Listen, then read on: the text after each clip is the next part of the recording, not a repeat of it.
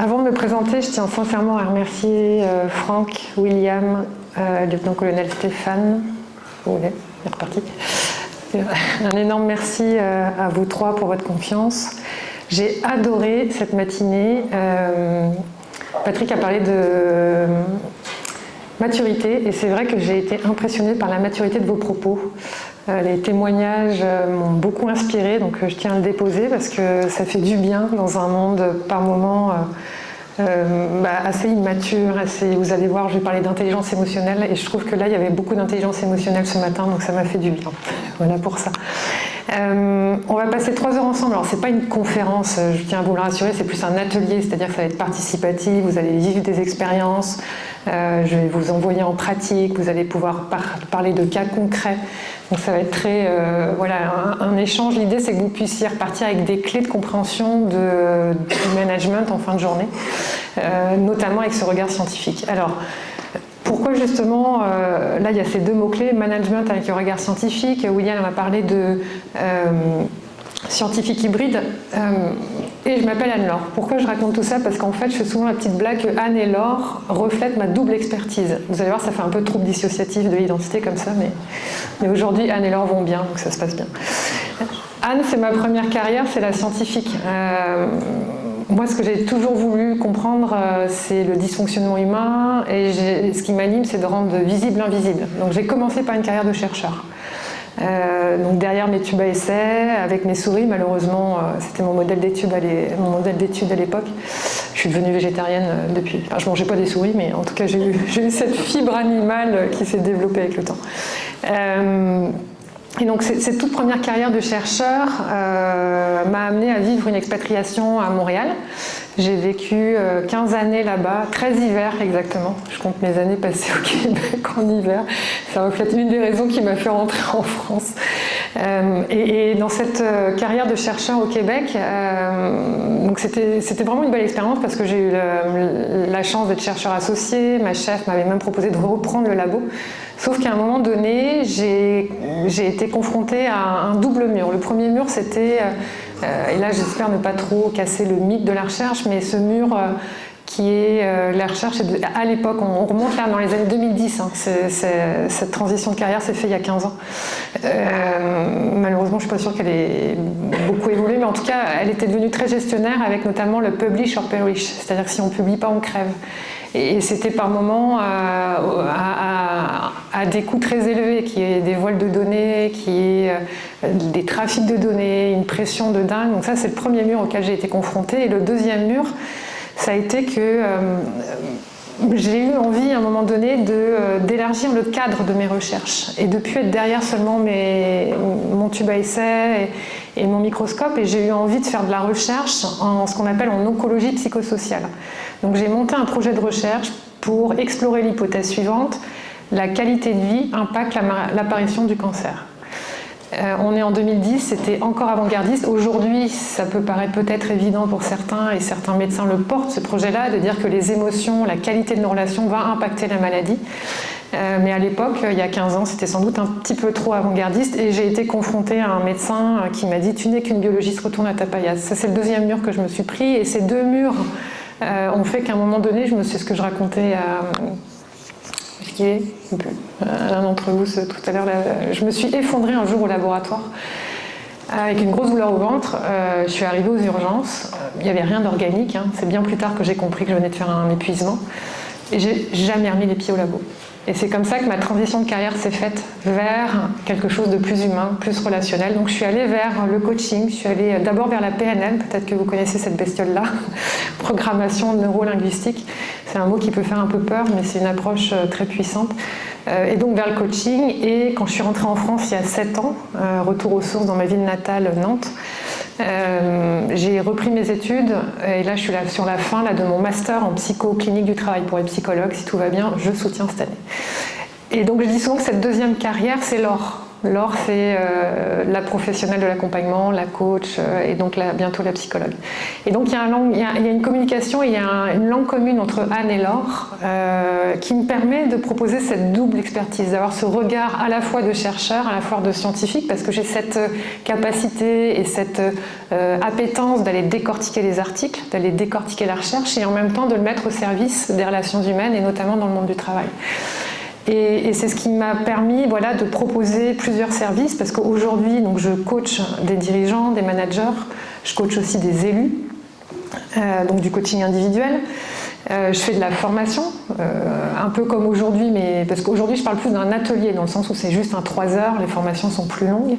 Je viens de fonder l'Académie Les Neurones, qui est mon organisme de formation où je forme à mon approche, qui est cette approche transdisciplinaire où je propose des passerelles entre les sciences humaines et les sciences cognitives dans un but de mieux vivre ensemble au travail. Je fais des conférences, bon voilà. Et donc cet après-midi, je vais vous proposer un voyage au cœur d'un petit bout de mon approche. Et j'ai dû faire des choix en parlant avec Franck, William et Stéphane.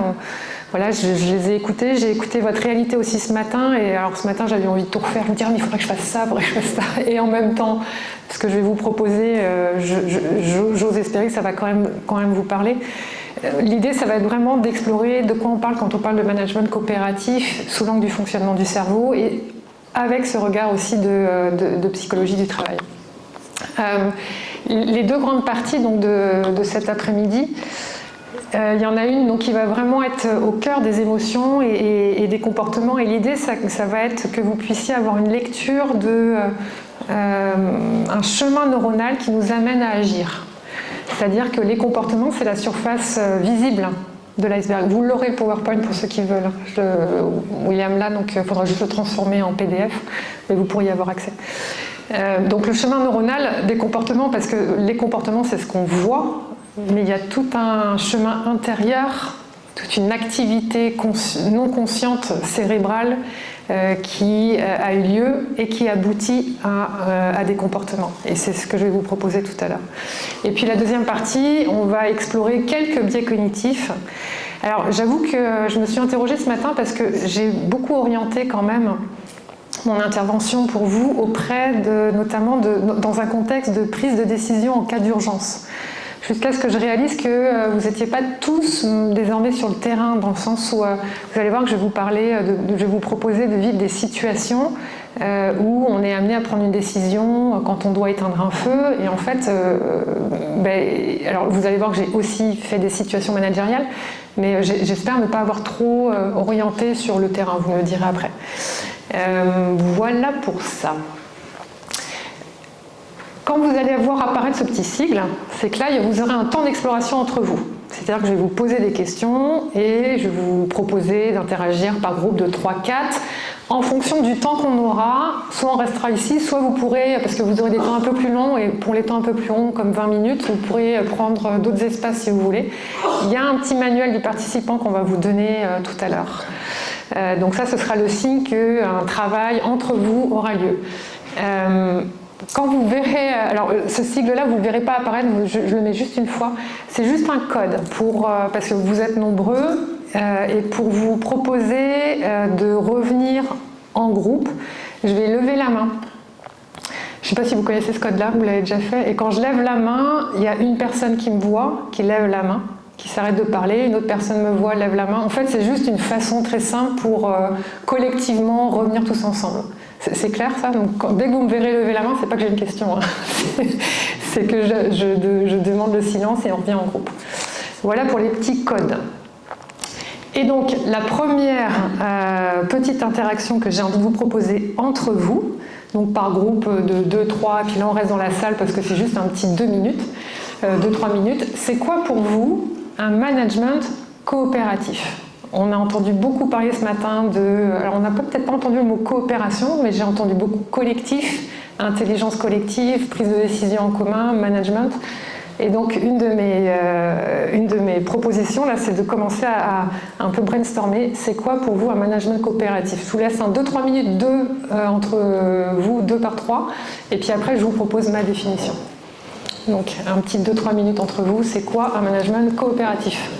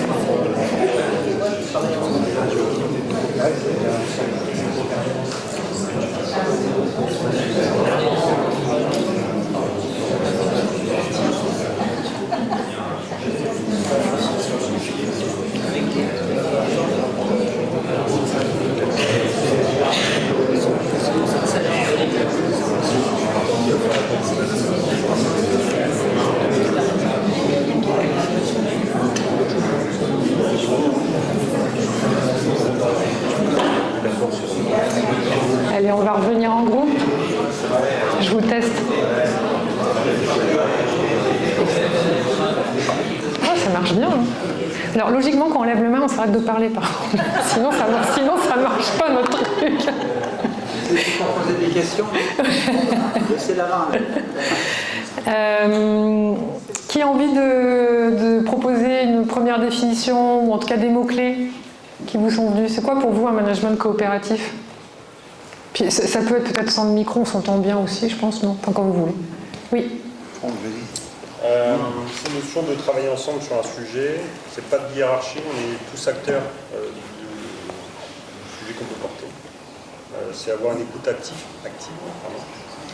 C'est besoin des attentes de l'autre, mais aussi on a besoin de l'autre. Voilà un petit peu nous comment on a. Super. Donc j'entends la notion d'écoute active, d'être conscient de ses besoins et des besoins de l'autre, travailler ensemble, pas de hiérarchie, c'est ça que j'ai entendu aussi? Ok. Quoi d'autre? Qui c'est qui a envie de proposer Accepter les deux parties. Pardon? Accepter les deux parties. Accepter les deux parties. Super.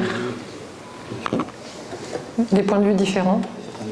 Je vais dire des outils différents de deux personnes qui se mettent en commun pour construire. Ouais. Donc la notion d'outils aussi, et de complémentarité d'outils. Ok. Super. Alors oui, c'est tout ça. Et en même temps, alors forcément c'est orienté, ce que je vais vous proposer. Pour moi, la notion de management coopératif, c'est la notion de posture. C'est cultiver une posture nuancée et empathique. Ça veut dire quoi cette affaire-là? La notion de posture, elle fait vraiment écho pour moi à deux choses. C'est une capacité. La première capacité, c'est décoder les émotions et comprendre le monde de l'autre. Donc là, on est en effet orienté sur comprendre les besoins de l'autre, comprendre les émotions de l'autre, et notamment on va parler du monde de l'autre. D'ailleurs, je vais vous faire vivre des petites expériences où vous n'allez pas être d'accord. Et c'est intéressant de voir qu'on a tous des points de vue différents. Mais au-delà de cette capacité à décoder les émotions et connecter, comprendre le monde de l'autre, c'est aussi assouplir, voir quand c'est possible, dépasser ses propres automatismes. Parce que vous allez voir qu'on a des automatismes qui vont piéger la coopération, parce qu'on va rester à l'intérieur de nous. On a des schémas mentaux, on a des schémas comportementaux qui fait que la coopération, qui est d'agir en commun pour un objectif commun, peut être entravée, et notamment la prise de décision. Donc, première partie, justement, et alors oui, vous voyez que, en fait, là où je vous dis que c'est orienté, c'est que ma définition du management coopératif et manager de façon coopérative vient tout de suite donner mes deux grandes parties. Première partie, c'est le monde des émotions, capacité à détecter les émotions, et la deuxième partie, on le verra après, c'est les automatismes et les biais. Donc c'est pour ça que c'était un peu pédagogique mon affaire, mais en même temps, c'est une vraie définition à laquelle j'adhère. Donc la première partie, c'est justement comprendre les émotions, comprendre les comportements, et pour ça, je vais vous proposer quelques notions de base du fonctionnement du cerveau. Je vais vous parler de mon modèle, qui est le modèle des deux pilotes, qui va faire écho à la métaphore que tu as présentée tout à l'heure sur la pirogue, exactement. Vous allez voir que les deux pilotes se retrouvent, ça m'a touché cette métaphore. Et puis je vais vous parler du chemin neuronal des comportements. Premièrement, des notions de base. Alors, notre cerveau, là quand je parle de cerveau, je parle du cerveau du haut. Je dis cerveau du haut parce que vous avez peut-être déjà entendu parler qu'on a un cerveau du ventre. Il y en a qui disent que c'est notre second cerveau. Moi, j'ai tendance à dire que c'est notre premier cerveau, parce que c'est le premier à être apparu sur Terre. C'est seulement après, dans l'évolution, qu'on a un cerveau encéphale avec la prise en charge des différents sens qui est apparu. Il fait environ 2% de notre poids, par contre il consomme 20% de notre énergie. Ce qui est énorme, c'est énorme quand même. 20% de notre énergie est occupée par notre cerveau. Composition, il y a 2 grands types de cellules. Les neurones, vous en avez entendu parler, et puis les cellules gliales, ça c'est pas important. Mais ce que je trouve intéressant, c'est la notion de connectivité. Un neurone peut présenter 10 000 contacts. C'est-à-dire que si moi je suis un neurone, je peux avoir 10 000 copains en direct. Ce qui est beaucoup. Ce qui crée 1 million de milliards de connexions. C'est énorme. Et alors pour aller vous donner un petit peu une dimension un peu plus vertigineuse de cet organe, 1 mm3 de cerveau. Donc 1 mm3, c'est la taille de l'ongle de notre petit doigt à peu près. Si je prends cette taille-là de cerveau, que je le découpe, dedans il y a 100 000 neurones, donc 100 000 unités fonctionnelles. Il y a 4 km d'axones. Les axones, c'est les tubes des neurones. Si on étale chaque neurone, il y a un tube qui s'appelle l'axone. Donc vous voyez, 4 km d'axone. C'est genre ici, à, je ne sais pas, peut-être à la plage, non? Je ne sais pas trop, à peu près. Hein. Dans 1 mm3. C'est complètement dingue. Et se rajoute à ça 1 mètre de capillaire sanguin. Donc ça vous donne une idée de la complexité de notre cerveau. C'est hyper condensé. Et pour aller encore plus loin dans le vertige, et puis un petit clin d'œil à un de mes anciens collègues journalistes scientifiques à Montréal, Michel Rochon, il dit « Le nombre de neurones dans le cerveau correspond à une quantité comparable au nombre d'étoiles de notre galaxie. » Et alors la phrase d'après qui à chaque fois moi, elle me crée des bugs, le nombre de connexions entre neurones surpasse la quantité de galaxies dans notre univers. Tout ça pour vous dire qu'on a un organe, on est loin d'avoir compris toute la complexité de cet organe. Un des mythes qui est véhiculé sur le cerveau, c'est la notion des 3 cerveaux. Vous avez peut-être à main levée qui a déjà entendu parler des 3 cerveaux reptiliens. Ouais, vous êtes souvent nombreux à avoir entendu parler. Et notamment dans les formations de coaching. J'en entends souvent parler, et puis on dirait qu'il dit « toi t'agis avec ton reptilien ». Alors, c'est un neuromythe. Un neuromythe, c'est quoi? C'est une donnée scientifique qui n'est plus à jour. Donc ça veut dire, c'est juste qu'elle a été à un moment donné admise par la communauté scientifique et puis qu'après on a montré qu'elle n'était pas juste. Je m'en sers quand même, je vais vous raconter pourquoi, puis vous allez voir que je vais vous raconter l'histoire d'un monsieur juste après qui est fort intéressant en lien avec ce mythe. Juste pour vous présenter le mythe, Paul MacLean, on est en 1950, neurophysiologiste américain, il veut comprendre l'évolution du cerveau humain et il dit la chose suivante, notre cerveau est le fruit de 3 couches qui se seraient empilées les unes sur les autres. Première couche qui était chez les reptiles, il appelait ça le cerveau reptilien, puis le cerveau mammalien qu'il a appelé le limbique en jaune, et puis ensuite le néocortex en bleu. En fait, ça c'est pas vrai, dans le sens où c'est pas vrai qu'il y a eu couche 1, puis couche 2, puis couche 3. On sait aujourd'hui que les 3 couches, elles sont là depuis le début de l'évolution, on sait que les reptiles ont du cortex. À la limite, c'est pas ça qui est important. Pour vous. Ce qui va être important pour vous, c'est la suite. Parce que ce modèle-là présentait le cerveau des émotions dans la partie jaune. C'est que Paul MacLean, il disait « Ah, mais en fait, il y a eu d'abord le cerveau reptilien en vert, puis les mammifères qui, eux, ont commencé à développer des émotions pour détecter les dangers, pour être en sécurité. Toi, tu es un proie, ça c'est un prédateur, etc. Et donc le cerveau des émotions, pour Paul MacLean, est arrivé à ce moment-là. Et c'est là où je vais vous raconter l'histoire de Phineas Gage. Regardez à droite. On est en 1850. Phineas est contremaître de chemin de fer. Très apprécié de ses collaborateurs. C'est un manager, donc il a une fonction managériale. Il a même été élu employé de l'année parce qu'il gère, il a très bien géré, ils ont eu des tensions à un moment donné dans une équipe et donc il avait bien géré, tout ça est documenté. Hein. Il avait bien géré le stress, une bonne gestion des émotions, une bonne gestion des prises de décision, sauf qu'un jour il a un accident du travail. Il se prend une barre de fer dans la joue, ça traverse derrière l'œil, ça traverse le crâne et ça sort 10 mètres plus loin. Généralement, c'est là où je vois que j'ai un public de pompiers, c'est que ça a l'air de pas... Généralement, j'ai plein de gens qui font... Là, il n'y a eu aucune réaction, c'est genre, bah oui, ok. Vous n'avez pas eu ce genre de cas quand même? Je pense qu'en même temps, ouais. Oui, oui, j'imagine que vous devez avoir des cas quand même assez trash. En tout cas... donc tout ça pour vous dire qu'il s'est relevé chancelant de cet accident. Il n'est pas mort sur le coup. Bon, on est en 1850. Il s'est fait hospitaliser et quelques semaines plus tard, il est revenu sur son lieu de travail. Sauf que il est passé d'une personnalité donc hyper empathique, bienveillante, capable de détecter les émotions des gens, capable de gérer sa propre frustration, à quelqu'un d'irascible, d'impulsif, de colérique, de vulgaire, incapable de gérer la moindre pression, la moindre frustration, à tel point qu'il s'est fait virer de son boulot. Et pourquoi on a une photo de lui? Parce que c'est une vraie photo de lui, c'est parce que le seul boulot qu'il a pu retrouver, c'était sur des cirques. Il est devenu l'homme à la barre de fer.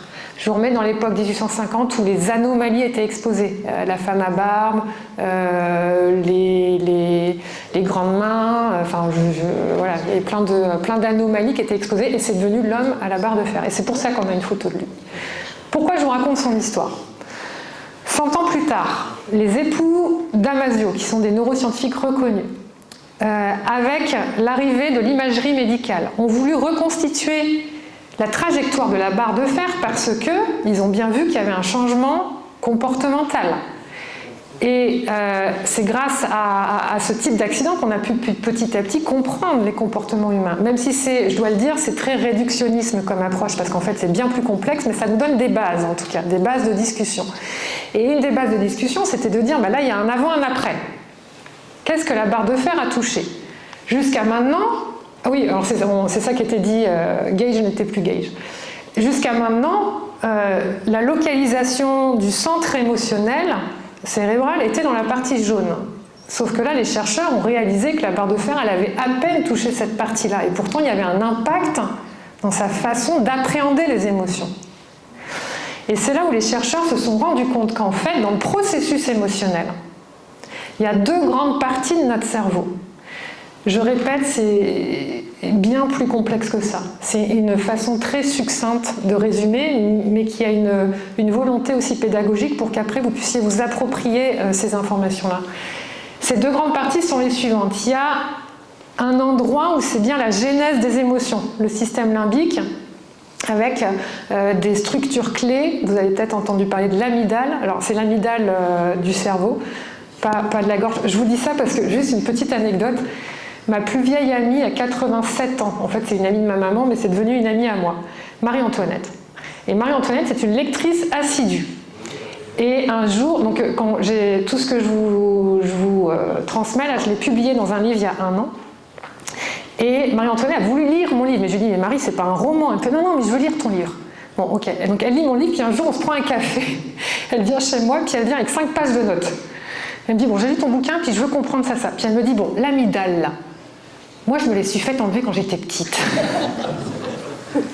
Alors, je vous rassure, si c'est votre cas, c'est pas les mêmes amygdales. C'est des amygdales cérébrales et pas les amygdales de la gorge. Donc, ça l'a rassurée. Marie-Antoinette, elle est repartie rassurée. Donc, l'amygdale est dans la partie jaune et c'est une des structures qui participe à générer des émotions. C'est pour ça que j'ai appelé ça la centrale des émotions. Mais la partie qui va réguler, qui va mettre des mots, qui va prendre du recul, qui va calmer le pompon, c'est une expression québécoise que j'ai ramenée mais je l'adore, qui va calmer le pompon au système limbique, c'est ce qu'on appelle le cortex préfrontal. Et dans le cas de Phineas Gage, c'est ce qui a été coupé, c'est cette communication entre les deux. Si on va un petit peu plus loin dans un des modèles, qui est pas mal véhiculé, c'est le modèle de la main. Je vous montre le modèle de la main qui est en lien avec ce que je vous amène. Alors le modèle de la main, c'est pas le mien, c'est celui de Daniel Siegel, un autre neuroscientifique. Daniel Siegel dit la chose suivante, il prend sa main et puis il explique la chose suivante. Il dit, imaginez que, comment ça s'appelle ça, le poignet, merci, c'est le cerveau reptilien. Imaginez que le pouce, c'est le limbique, donc la genèse des émotions. Imaginez que les 4 doigts, c'est le préfrontal. Eh bien, ce qui se passe, j'ai une crampe, ce qui se passe, c'est qu'il y a une communication entre cette partie du cerveau et cette partie-là du cerveau. Dans le cas de Phineas Gage, c'est cette partie-là qui a été coupée. C'est-à-dire que dans la vie de tous les jours, on est comme ça. Je vis une émotion, par exemple, je traverse la route en tant que piéton, mais pas un endroit où c'est un passage à piéton. Une voiture me klaxonne. Pouf! Genèse des émotions. C'est donc cette partie limbique qui va envoyer une émotion, à détecter un signal, attention, danger. Le préfrontal va envoyer l'info ensuite, une fois que le danger est passé, va envoyer, quand je vous dis envoyer, c'est des autoroutes qui montent et qui descendent, hein. C'est ce qu'on appelle des réseaux neuronaux. Et donc le préfrontal va envoyer l'info au limbique en disant « calme-toi le pompon, le danger est passé, la prochaine fois tu n'auras qu'à passer au niveau d'un passage piéton ». Ça va ça? Il faut savoir que jusqu'à l'âge de 7 ans, nos enfants sont comme ça. Jusqu'à l'âge de 7 ans, les petits n'ont pas la maturité cérébrale de prendre du recul, de mettre des mots, de comprendre. C'est pour ça que nos petits sont des brutes d'émotions. Hein, ils vont enchaîner la tristesse, et puis d'un coup ça va exploser de joie, puis après ça va être la colère, parce qu'ils sont tout le temps comme ça. Ça va ça? Et donc à partir de 7 ans, la communication entre ces deux parties commence à être fonctionnelle. Elle est mature à la fin de l'adolescence. Une de mes questions, c'est qui a des ados dans la salle? Quel âge ont vos ados? 17? 21, ok. 13? 17, 18. Alors le 21 vous a fait rire, et en même temps, alors je ne sais pas si c'est une bonne nouvelle ou une mauvaise nouvelle pour vous, mais l'adolescence se termine à 25 ans.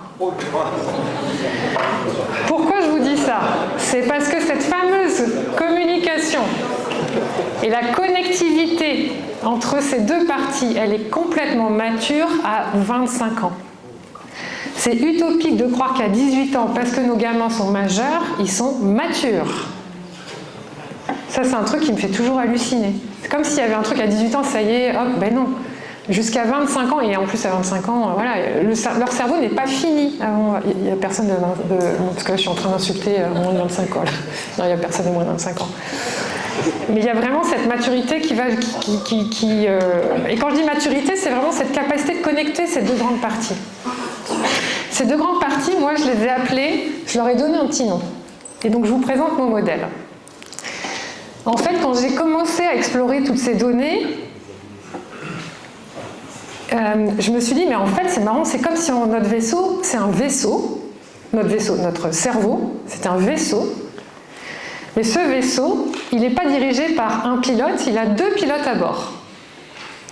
Il a le pilote des émotions, qui lui scanne, nous envoie des émotions pour nous protéger. Je l'ai appelé le pilote protecteur. Lui, son but dans la vie, c'est de préserver, assurer notre sécurité. Lui, il scanne. Et comment il fait son job? Sous la composante émotionnelle. Mais il n'est pas tout seul à bord.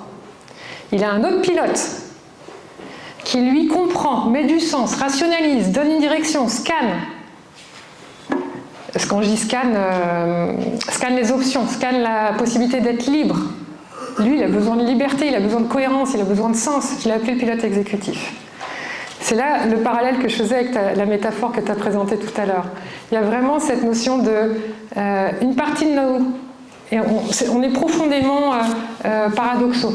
On a autant besoin de liberté, de sens, de s'envoler, d'espoir, que de sécurité, que de rester dans un cocon qui nous rassure, que de confort. Quand je vous dis qu'on est à bord d'un vaisseau qui a deux pilotes à son bord, qu'est-ce que ça vous fait émerger comme réflexion pour que le vaisseau avance? Qu'est-ce qu'il faut pour que le vaisseau avance quand on a deux pilotes à bord? Qu'ils soient d'accord. Parce que qu'est-ce qui se passe quand ils ne sont pas d'accord? Alors il y en a un qui va prendre le dessus, ou alors ça va tourner en rond, ou alors ça va reculer. Pour que ça soit efficace et qu'on aille de façon alignée, il faut qu'ils soient d'accord et qu'il y ait une communication entre les deux. Et quand je forme aux enjeux de frein au changement, vous entendez sans doute parler de résistance au changement, c'est mes deux premières clés, besoin de sens et besoin de sécurité. S'il n'y a pas de sens dans vos enjeux de transfo et s'il n'y a pas de sécurité, ça va freiner de partout. Et j'ai bien aimé, je ne sais plus qui a dit ça, je crois que c'est le lieutenant-colonel Stéphane qui a dit qu'il fallait 2 ans ou une première année pour installer un changement ou qu'une transfo s'installe. Et puis je crois que c'est... Pardon si c'est l'un d'entre vous, je ne sais plus, mais en tout cas j'ai bien aimé ça parce qu'en effet il y a ces enjeux de sens et de sécurité.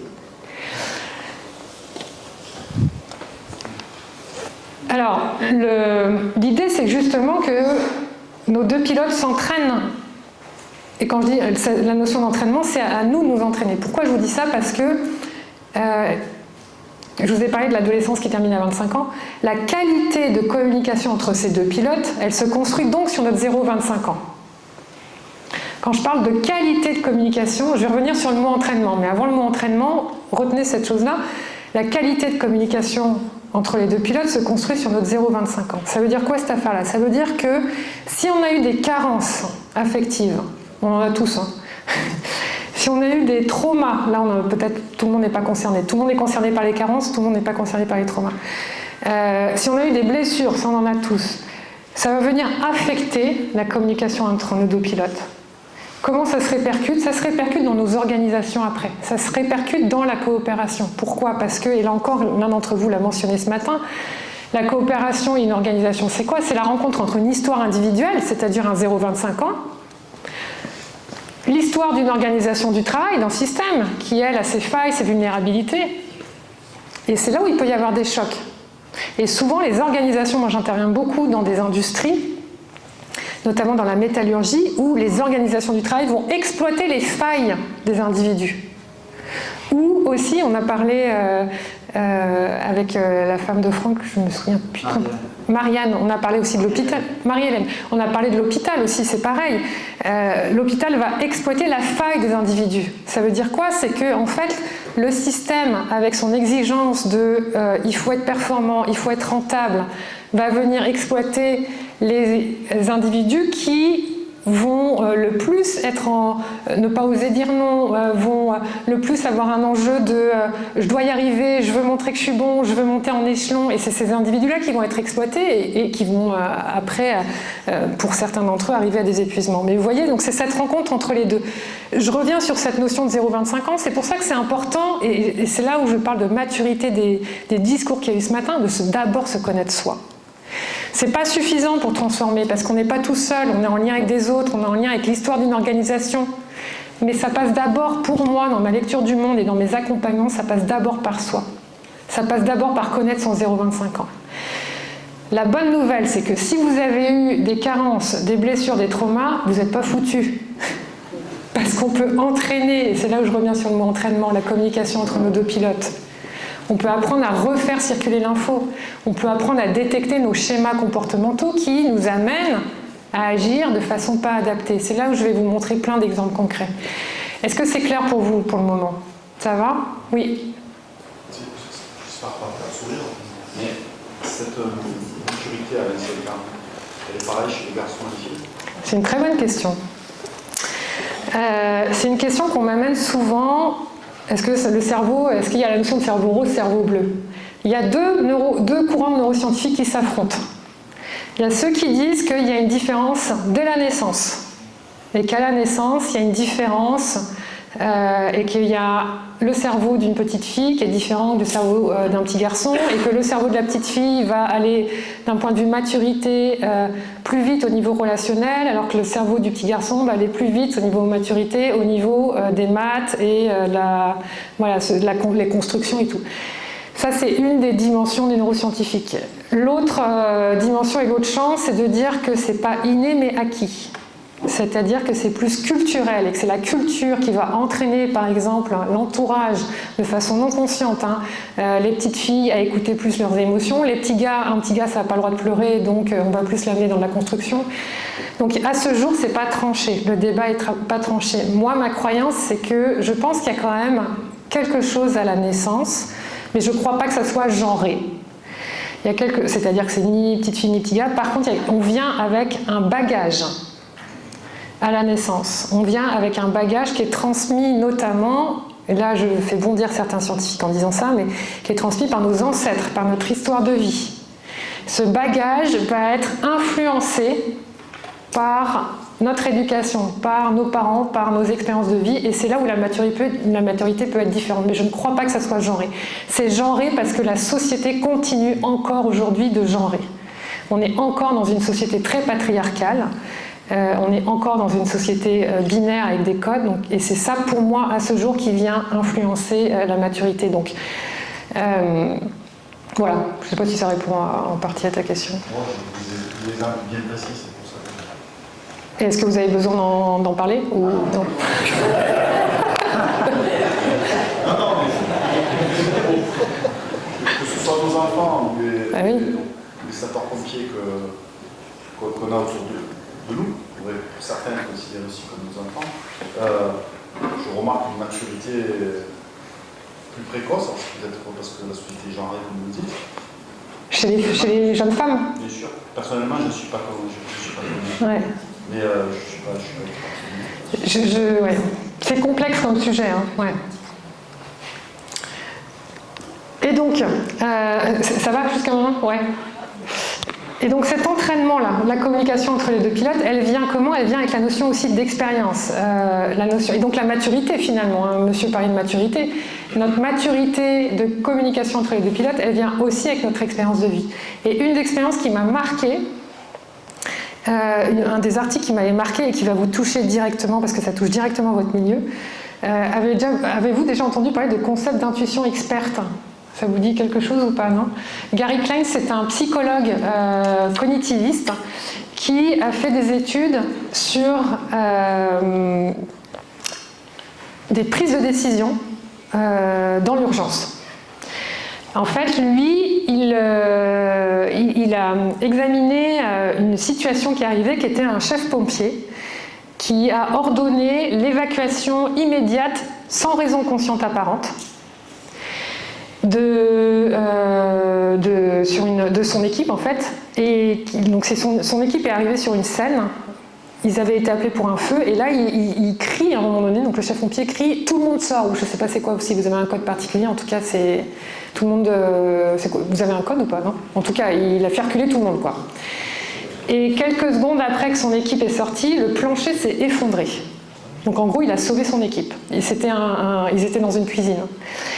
Et ce psychologue est allé questionner après ce chef pompier et lui a demandé mais qu'est-ce qui s'est passé? Comment tu as fait pour prendre cette décision? Et en fait, il a dit mais sur le moment, j'ai cru que c'était un réflexe. En fait, c'est ce qu'on appelle une intuition experte. Pourquoi? Parce que il avait détecté des signaux faibles. Je vais vous dire lesquels, j'ai mes petites notes parce que je ne les connais pas tous. Les signaux faibles, il y avait une chaleur inhabituelle du plancher et un silence anormal du feu, et il y avait aussi une odeur. Et ces signaux faibles, son cerveau donc, émotionnel, donc le pilote protecteur l'avait capté, avait envoyé l'info au pilote exécutif et il avait pris une décision basée sur ses expériences. C'est ce qu'on appelle l'intuition basée sur l'apprentissage, l'intuition basée sur les acquis.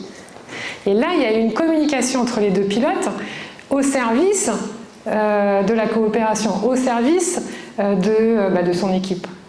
Ça va, ça? Et c'est vraiment ce genre d'intuition qui finalement... C'est vrai que le mot intuition, des fois, on pourrait croire qu'il y a quelque chose d'un peu mystique ou c'est pas rationnel. En fait, là, ce type d'intuition, parce qu'il y a plusieurs types d'intuition, mais ce type d'intuition, c'est vraiment une intuition qui est basée sur l'expertise qui a été développée par l'apprentissage et qui a permis aux deux pilotes de communiquer petit à petit basé sur des expériences. Les différentes régions qui sont impliquées là-dedans, et là, je vous ai mis un gros pavé, mais qui sont impliquées dans ces prises de décision, les voici. Si ça vous intéresse, vous aurez les diapos, mais je vais surtout focuser sur une région qui m'intéresse particulièrement, c'est ce qu'on appelle le cortex singulaire antérieur. Et c'est chez ce pompier-là, ce chef pompier-là, qui n'a pas eu conscience sur le moment qu'il y avait une odeur inhabituelle, une chaleur inhabituelle, et c'est cette partie-là de son cerveau qui s'est activée. Juste pour vous la situer, bon, vous en foutez peut-être un peu, là, non mais je suis en train de réaliser que je suis dans un espace hyper scientifique et que ça vous embête peut-être, mais juste pour vous la situer, est-ce que je peux pointer avec ça? Ah ouais, vous voyez ici, là, cette partie-là, c'est le préfrontal, et en gros, c'est mon pilote exécutif. Cette partie-là, c'est la partie centrale émotionnelle, c'est mon pilote protecteur. Le cortex singulaire antérieur, il est entre les deux. Il est vraiment entre mes deux pilotes. Pourquoi je vous parle de lui? Pour vous le présenter, je vous pose une petite question. Selon vous, le cerveau détecte une erreur combien de millisecondes avant que ça nous parvienne à la conscience? 500, 200, 150. À main levée, qui dit 500? Ok. À main levée, qui dit 200? Ok. À main levée, qui dit 100? Ok. Et à main levée, qui dit 50? Vous êtes un peu plus nombreux à 50. La réponse est la suivante. Le début du signal d'erreur, c'est dès 50 millisecondes. Et c'est là où ce chef pompier, son cortex singulaire antérieur, dès 50 millisecondes, avait détecté odeur, qu'est-ce que je vous ai dit, odeur et chaleur anormales, inhabituelles. Il y a un pic vers 100 millisecondes, et c'est seulement après qu'il y a une prise de décision et que ça peut devenir conscient. C'est quand même fou, je trouve. Hein, donc, en gros, là, entraîner votre cortex singulaire antérieur. C'est vraiment cette idée de réaliser qu'il y a un processus non conscient qui nous amène à prendre des décisions. Et que plus on va, vous allez voir, après faire un pas de côté pour comprendre ce qui s'est passé, comme ce chef pompier a été accompagné par ce psychologue pour comprendre mais qu'est-ce qui fait que tu as pris une décision et que tu as sauvé ton équipe. Plus on va faire ces pas de côté, d'où l'importance aussi du codev, l'importance du coaching, c'est tout ça qui va faire des pas de côté, plus on va être en mesure d'analyser, d'envoyer des infos à notre cortex singulaire, parce que lui, c'est lui qui détecte le décalage entre, attends, ça déconne là, entre ce que je connais de l'incendie et ce que je perçois, il y a un décalage. C'est ça qui fait lui, hein, le cortex singulaire. C'est ça qui, quand vous devez prendre des décisions rapides, immédiates, c'est lui qui va faire une comparaison entre ce que vous connaissez et ce qu'il voit, et ce qu'il entend, et ce qu'il ressent. Ça va, ça? Et donc, il est quand même... voilà. Oui. L'expérience et les acquis sont importants. En fait, on emmagasine des choses sans s'en rendre compte. Exactement. Ça nous permet des fois de réagir et on ne sait pas pourquoi. C'est exactement ça. Ça, c'est l'intuition acquise, experte. Alors, des fois, elle nous joue des tours aussi. Hein. Oui. Donc, les apprentissages peuvent aussi nous jouer des tours.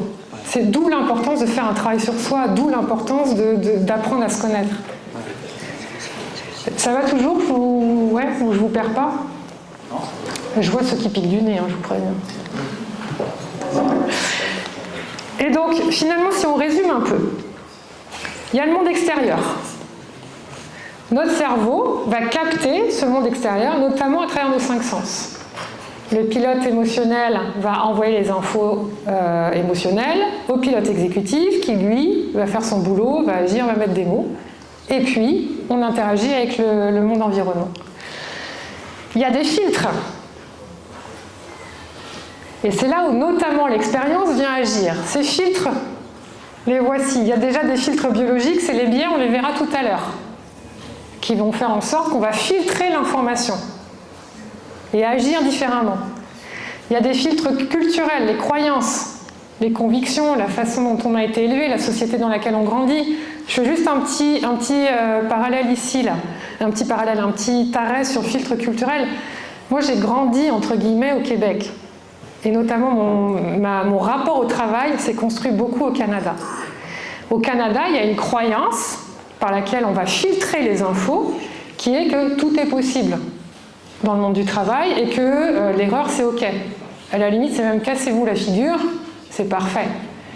En France, quand je suis rentrée en France, j'ai été un petit peu surprise de réaliser que, mais comment ça se fait qu'on n'a pas le droit à l'erreur? J'ai l'impression de me faire engueuler, et encore maintenant, j'ai l'impression de me faire engueuler tout le temps en France. On n'a pas le droit à l'erreur. Ça, c'est un filtre culturel qui va filtrer ici et ici toutes les infos du monde extérieur, et on va s'en faire des représentations mentales. Et les filtres personnels, c'est ce fameux 0,25 ans que je viens de vous présenter. C'est notre histoire, notre vécu, nos blessures. Et c'est là-dessus, aujourd'hui, que je vais vous inviter à travailler, parce qu'il fallait que je fasse un choix. Donc vous voyez que c'est systémique, en fait. C'est bien plus complexe que ce que je vais vous présenter, et en même temps, il faut bien une porte d'entrée. La porte d'entrée, mon choix, c'est que ça commence par soi. Et soi, c'est quoi? C'est de comprendre ce chemin-là. Il y a des déclencheurs externes. Ces déclencheurs externes vont engendrer des émotions. Je vais revenir après là-dessus, sur les déclencheurs internes. Déclencheurs externes, par exemple, il y a 2-3 jours de ça, j'étais au volant de ma voiture et en face de moi, une vieille dame qui était comme ça, j'imagine qu'elle criait dans sa voiture, elle s'agite, qu'elle me fait comme ça. Moi, ça me déclenche. Je rigole parce qu'en fait, l'agressivité au volant, je trouve qu'elle est très aussi représentative de notre société qui part un peu en vrille. Mais L'agressivité de façon générale, mais c'est vrai qu'au volant on la retrouve plus parce qu'on est caché derrière sa carcasse et que c'est plus facile d'être agressif. Bref, donc ça c'est le déclencheur externe. Émotion, moi ça m'a déclenché de la colère. Pensée, qu'est-ce qu'elle a cette vieille? C'est vrai, sur le moment je suis désolée, c'est ce que j'ai pensé. Action, bon, j'ai dû râler dans ma voiture. Ce qui se passe, c'est qu'en fait, les actions ici sont le fruit d'un chemin neuronal qui a été déclenché par des faits. Là, factuellement, il y a eu des gestes, il y a eu voilà, une expression, mais qui est venu être filtré par des déclencheurs internes. C'est quoi ces déclencheurs internes? Dans mon cas, par exemple, parce que je pourrais très bien ici avoir un déclencheur externe qui est la vieille dans sa voiture qui s'agite et m'en foutre complètement. C'est pas le cas. Les éléments chimiques, non? Qui déclenchent. Alors, il y a des éléments chimiques, mais les éléments chimiques, le déclencheur interne, qu'est-ce qui fait que entre deux cas, deux personnes différentes, cette situation va énerver? Parce que j'aurais pu klaxonner, action, j'ai rien fait, mais vous allez voir pourquoi j'ai rien fait. Qu'est-ce qui fait que là, j'aurais pu lui dire oh, qu'est-ce que t'as, baisser la fenêtre parce qu'on m'a appris à respecter les vieilles. Donc c'est un apprentissage. Mais le déclencheur interne, le déclencheur interne de la colère, là. De quoi? La vision du monde, le contrôle. En fait, là, moi, c'est un besoin de douceur. Oui. Un besoin de paix, un besoin d'harmonie. C'est ça, moi, qui me déclenche. C'est que dès qu'on n'est pas là-dedans, et puis ici aussi, dans les déclencheurs, une croyance qu'il n'y a pas assez d'agressivité là dans le monde. Pourquoi t'en rajoutes une couche? C'est pas grave. En fait, et donc, ce qui s'est passé, c'est que ici, je me suis arrêtée ici, penser, plutôt que de me dire, parce que je me suis entendue dire qu'est-ce qu'elle a cette vieille, j'ai fait une pause et je me suis dit, mais en fait, je lui ai fait peur. J'ai dû lui faire peur. Et c'est comme ça que j'ai agi autrement. Parce qu'en fait, ce qui se passe, c'est vraiment que, vous voyez, notre pilote protecteur va agir sous l'influence de l'environnement, mais cet environnement, il passe à l'intérieur de soi, passe à travers nos fameux filtres. Et le pilote exécutif, lui, il va agir en fonction de ce que lui dit le pilote protecteur. Je vous donne un autre exemple. J'ai tenté de prendre l'exemple là, de ce chef pompier. Le chef pompier, lui, déclencheur externe, ici, eh ben, c'est l'odeur de bois carbonisé. Alors c'est ça qu'il décrit, hein. Odeur de bois carbonisé spécifique, chaleur au niveau des pieds inhabituelle, absence de bruit dans les flammes. Ça, c'était ça, déclencheur externe. Émotion, y a eu de la peur pour son équipe, peur pour soi. Sensation, parce que l'émotion, c'est aussi dans le corps, hein, crispation dans le corps. Pensée non consciente, hein, ça va très vite. Si on reste, ça va mal finir. Action, tout le monde dégage. Son déclencheur interne ici, mais tout ça n'est pas conscient, ça va très très vite. Hein. Son déclencheur interne ici, c'est quoi? C'est assurer la sécurité de mon équipe. C'est ça son déclencheur interne. Et donc, c'est là où j'ai envie de vous envoyer sur une première pratique. C'est d'aller identifier vos autoroutes neuronales et d'aller identifier dans une situation précise qu'est-ce que votre corps avait déjà compris. Dans une situation, alors je vous ai proposé, donc on va vous distribuer les feuilles. Est-ce que vous pouvez m'aider à distribuer les... Ouais, pas de souci, je vais m'en occuper. Ouais, je vais juste en garder une pour moi.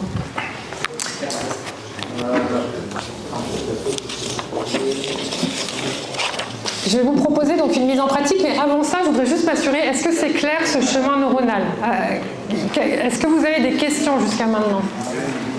Je vais vous donner les consignes, hein, mais avant de vous donner les consignes, un petit espace pour vous là. Qu'est-ce que vous auriez envie de mettre en discussion? Est-ce qu'il y a des questions?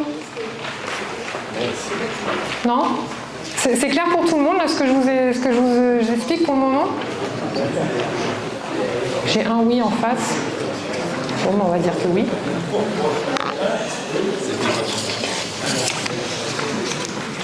Donc la consigne est la suivante. Vous allez partir en groupe de 3-4. Chacun d'entre vous, je vous invite à choisir une situation professionnelle où vous avez dû prendre une décision rapidement. dans un contexte d'incertitude, c'est à la page 2, hein. Dans un contexte d'incertitude, de risque ou de tension. Je vous donne des exemples. Ça peut être, alors c'est là où je vous ai dit, est-ce que j'oriente pas trop dans votre monde à vous? Vous pouvez choisir une autre situation, hein. Parce que dans votre monde à vous, j'ai mis des orientations, c'est-à-dire un pompier qui n'arrive plus à localiser la sortie ou qui perd de vue ses collègues dans un bâtiment. Ça, c'est la situation d'incertitude. Une alerte non vérifiée, un grincement, une odeur, un objet qui tombe sans preuve claire de danger. Ou une intervention. Donc, je vous invite à prendre une situation professionnelle où vous avez pris une décision rapidement. Et l'étape 2, par l'aide de vos collègues, je vais vous inviter à reprendre le fil de ce qui s'est passé en vous grâce aux 5 étapes. Regardez le tableau en bas là. Il y a l'étape, donc on remonte la chaîne à l'envers. C'est-à-dire qu'on va partir d'abord de l'action. Alors dans la situation que vous avez choisie, qu'est-ce que vous avez fait à ce moment-là? Quelle a été la décision ou comportement? Ça, c'est ce qui est visible. Et puis, on va remonter la chaîne. D'après vous, c'est quoi que vous avez senti, mais senti d'un point de vue, une pensée, sans forcément le formuler? Quelle histoire vous vous êtes racontée? On remonte encore la chaîne. L'émotion. Qu'est-ce que vous avez ressenti dans votre corps? On remonte encore la chaîne. C'était quoi les déclencheurs? Est-ce que c'était une odeur, la température, l'ambiance? Et enfin, on termine par à l'intérieur de vous. L'idée, c'est de remonter à qu'est-ce qui s'est passé à l'intérieur de vous. Pour vous aider entre 4 et 5, là, la bascule pour faire entre 4 et 5, c'est le deuxième tableau. C'est la bascule entre donc, le déclencheur. Alors, entre 4 et 5, c'est entre 3, 4, 5. Peut-être que c'est pas assez clair mon affaire là.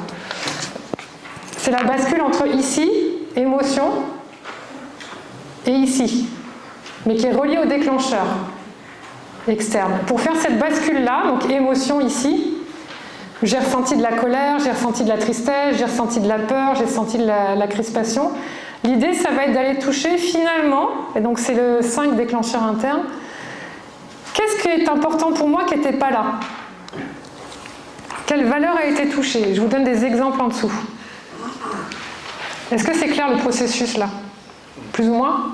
De toute façon, vous allez le vivre là en sous-groupe, et puis on en parlera après. Tout est écrit, je vous invite à y aller étape par étape. Et puis, donc je vous donne, j'ai pas l'heure sur moi, quelle heure il est? 15h15. On fera une petite pause après. 15h15, je vous donne jusqu'à 30. À 15h30, on revient dans la salle. Donc là, je vous invite à partir en groupe de 3-4 max. Vous pouvez soit rester ici, soit aller là-bas. Et à 15h30, on revient dans la salle et on fait un débrief. Ça va? C'est clair les consignes? Je connais moins ça.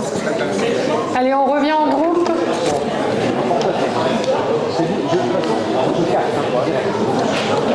On a une rapporteuse là-bas. Ça veut dire quoi? Ah! Très bien. Alors, il paraît qu'il y a une rapporteuse. Elle dit non. Un petit point là, qu'est-ce que vous avez envie de mettre en discussion, de mettre en commun? Est-ce qu'il y a des questions, des interrogations, des envies de partage? Non. Aucune envie de partage? C'était clair pour vous ce petit chemin, sachant qu'on va aller le prolonger après dans une situation de management? Comment vous l'avez vécu, le petit travail? Ça a permis de faire quoi là, ce petit voyage, ce premier voyage? C'est intéressant de voir, oui, c'est passé une chose, on est parti d'une situation d'intervention. Vous entendez bien? Non.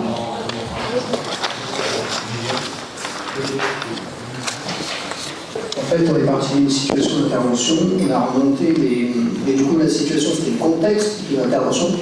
Et au final, une fois qu'on a remonté toutes les cases, il nous a été expliqué les actions qui ont été menées finalement. Donc, en gros, on a fait une boucle.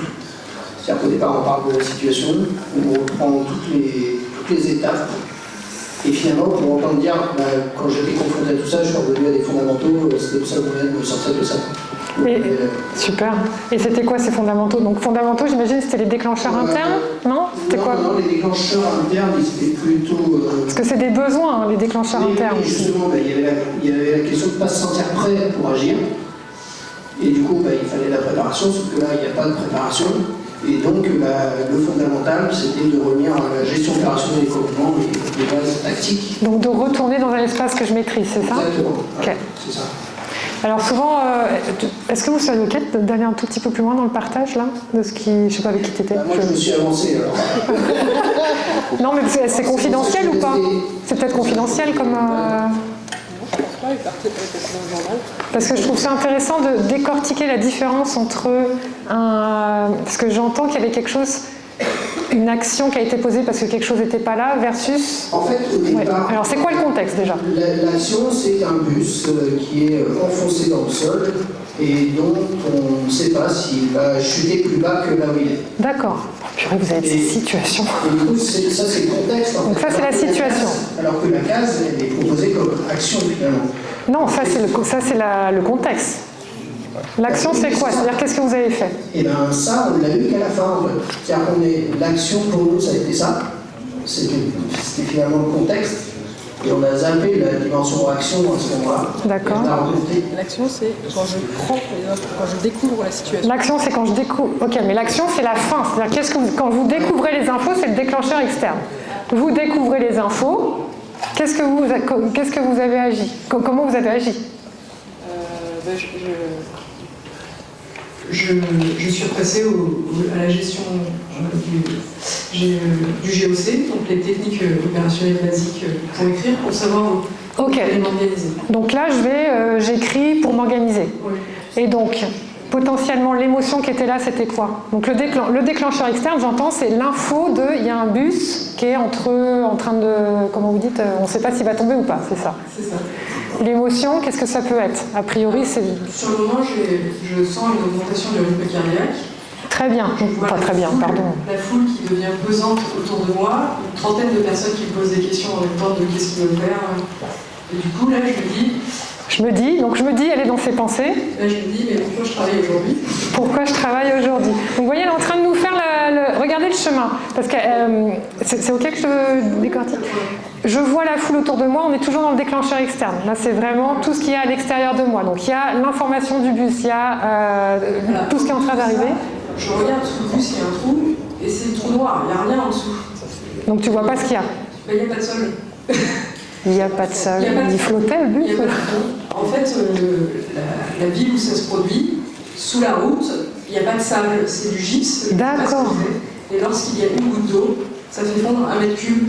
D'accord, ok. Et on a un trou de plus de 60 mètres de hauteur, ça je sais pas, mais donc sur le moment, moi je vois. Mais t'as pas cette info-là sur le moment? Non, pardon, je tutoie trop facilement, pardon. Et du coup, je me dis, mais s'il tombe jusqu'où? Donc pensez, s'il tombe jusqu'où? Donc vous voyez. Nous, on est dans la zone qui va s'enfoncer avec lui.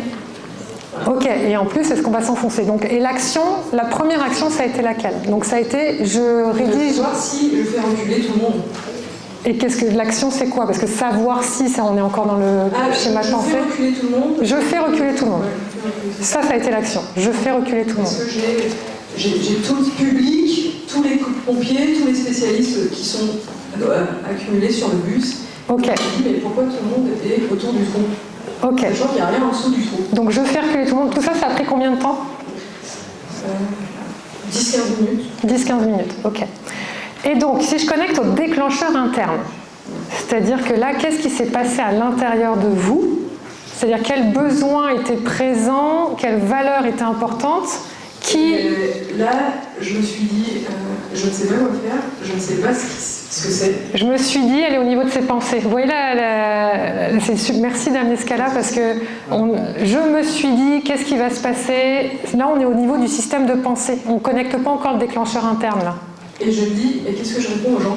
Et qu'est-ce que je réponds aux gens? Donc on est encore au déclencheur interne. Donc j'entends qu'il y a une boucle en plus, là. Ouais.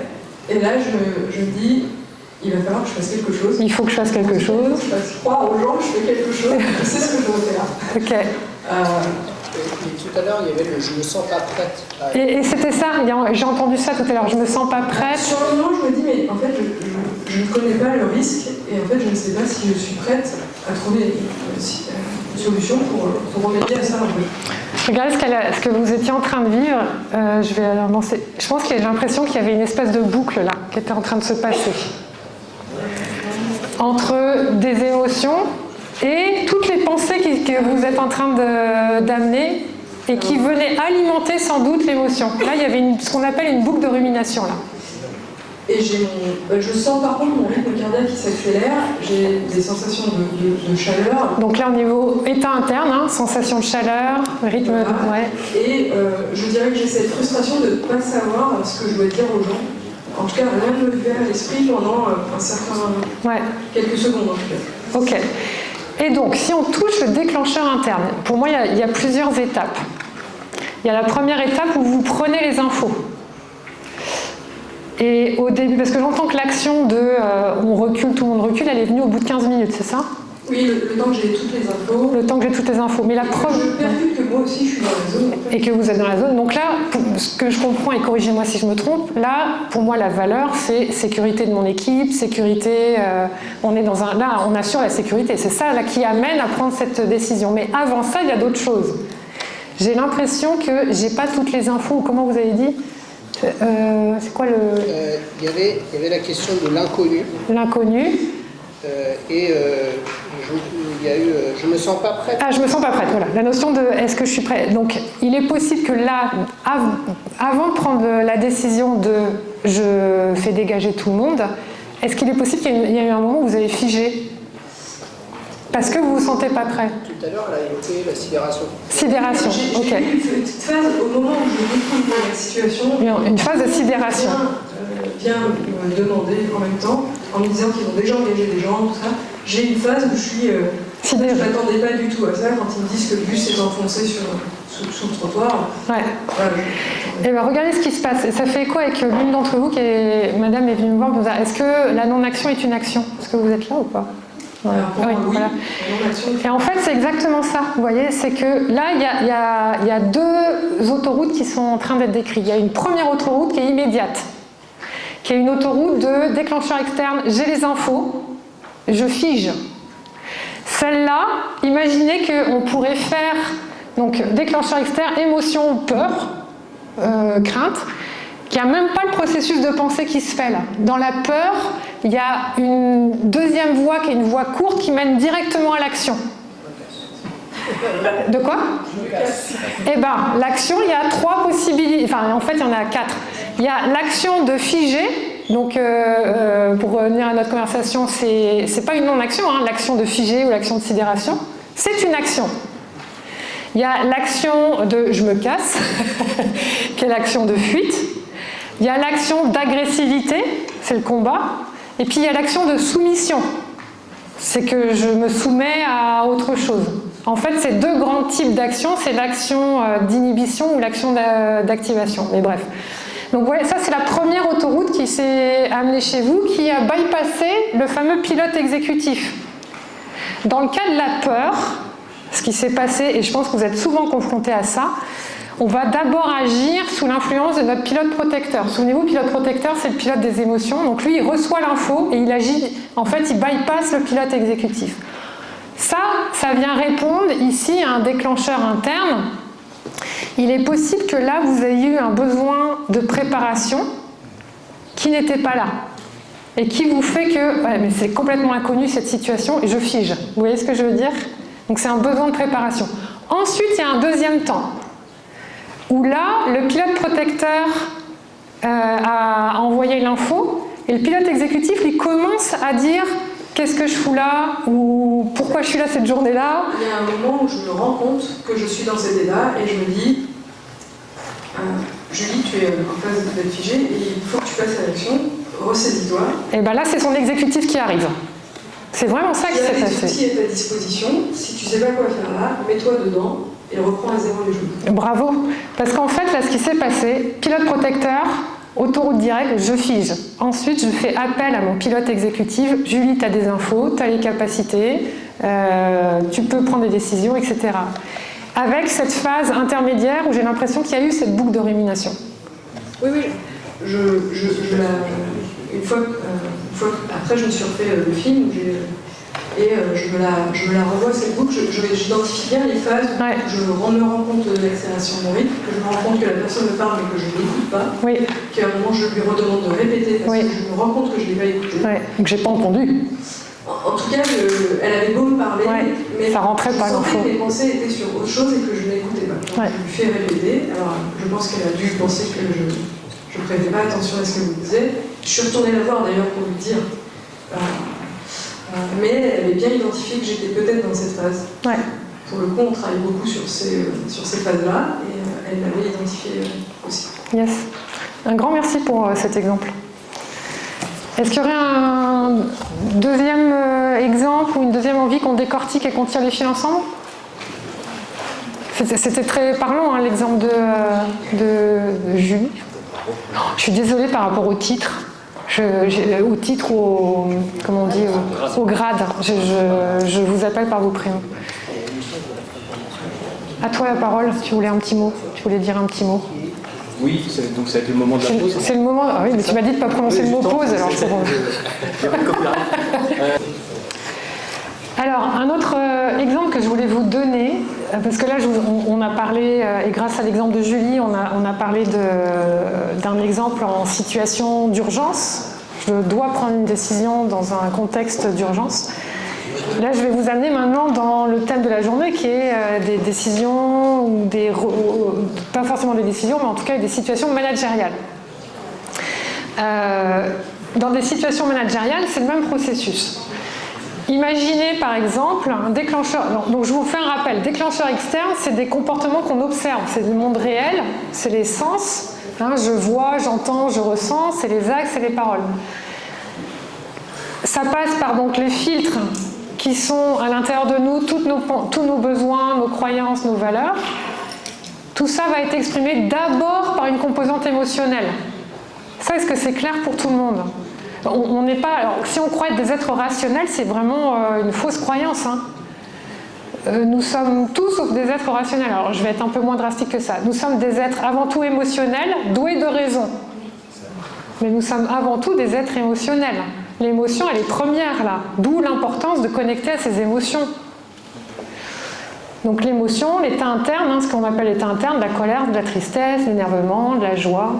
Tout ça va amener à un processus de pensée, des croyances, des pensées sur soi. Je suis nulle, je suis bonne à rien, des pensées sur l'autre. Pourquoi il m'a dit ça? Il est nul, il est bon à rien. Et des actions. Tout ça est la résultante d'actions. Et en fait, les filtres, là, c'est tout ce qui se passe à l'intérieur de nous qu'on ne voit pas chez l'autre. Je vous donne un autre exemple de management que j'ai déjà entendu.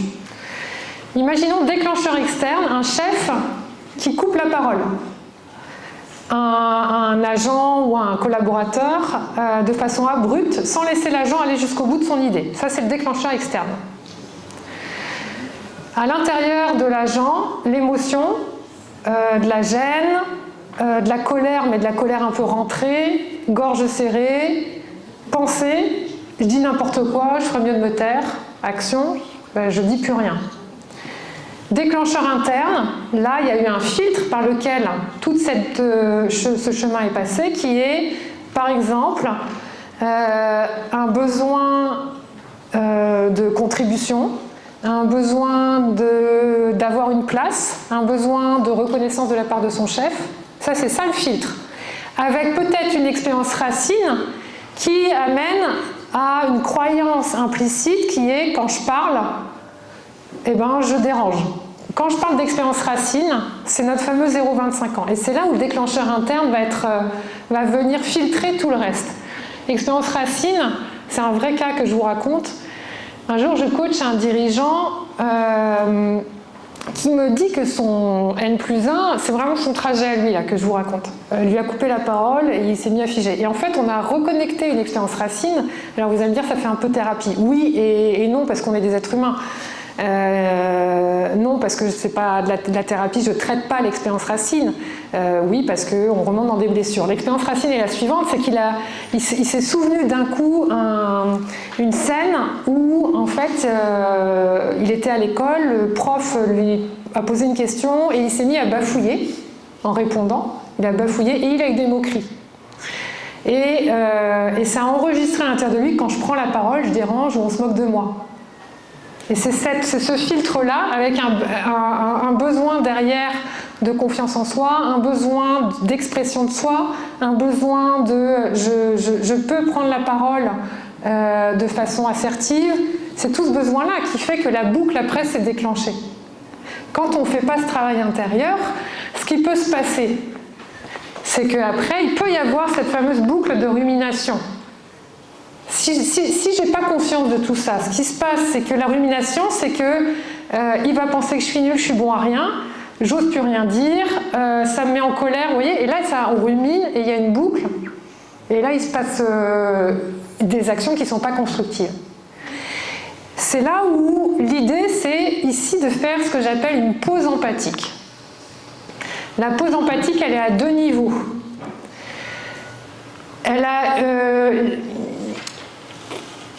un niveau qui est une pause en situation d'urgence, c'est-à-dire, alors 2 niveaux. Je suis en train de me perdre par rapport aux notes. Je vous dis d'abord les 2 niveaux, puis après je vous décris le petit encadré qu'elle a. Les 2 niveaux de la pause empathique, c'est pause empathique sur soi, pause empathique sur l'autre. Ça veut dire quoi cette affaire-là? Pause empathique sur soi, c'est de prendre le recul de qu'est-ce qui s'est passé à l'intérieur de moi. C'est un peu la conversation qu'on avait à la pause. C'est quoi l'émotion qui m'a habité? Quelles sont les pensées qui m'ont habité et qu'est-ce que j'ai fait? C'est ça la pause empathique sur soi. Pause empathique sur l'autre, c'est quoi? C'est la capacité de dire si l'autre a agi comme ça, c'est-à-dire déclencheur externe, il m'a coupé la parole. Pause empathique sur l'autre, c'est de prendre conscience que lui-même, il est le fruit d'un chemin neuronal. C'est ça la pause empathique sur l'autre. Et c'est de faire des hypothèses que ce déclencheur externe, pour lui, c'est une action qui est le résultat d'un chemin neuronal. Est-ce que c'est clair ce que je suis en train de vous amener? Parce que là, on est dans de la systémie. C'est clair? C'est ça la pause empathique, sur soi et sur l'autre. Quand est-ce qu'on peut le faire? C'est là où il y a cette petite case. On peut le faire analyse après coup, pour des situations d'urgence, exactement comme on a décortiqué avec Julie et comme ils l'ont fait le travail eux-mêmes en amont. On peut aussi le faire en temps réel dans nos relations interpersonnelles ou en temps différé, comme cette histoire avec ce dirigeant que je vous racontais ce matin. Vous voyez, donc les situations dans lesquelles on peut faire. Et c'est vraiment cette double pause qui est à la fois pause empathique sur soi, qu'est-ce que je suis en train de vivre, c'est quoi l'émotion, et surtout, c'est quoi le déclencheur, quel est le besoin, parce qu'en fait tout part de là. Tout part de là. Très souvent, on est chez l'autre. C'est-à-dire, je dis ça, c'est que très souvent, on reste connecté au déclencheur extrême. C'est l'autre le con, en gros. Mais c'est vrai, c'est très souvent, c'est de la faute de l'autre. J'entendais encore récemment Puis les Français sont... Enfin, parce que je vais me mettre dedans, on est très bon dans la plainte. Et c'est une plainte qui est dirigée vers autrui.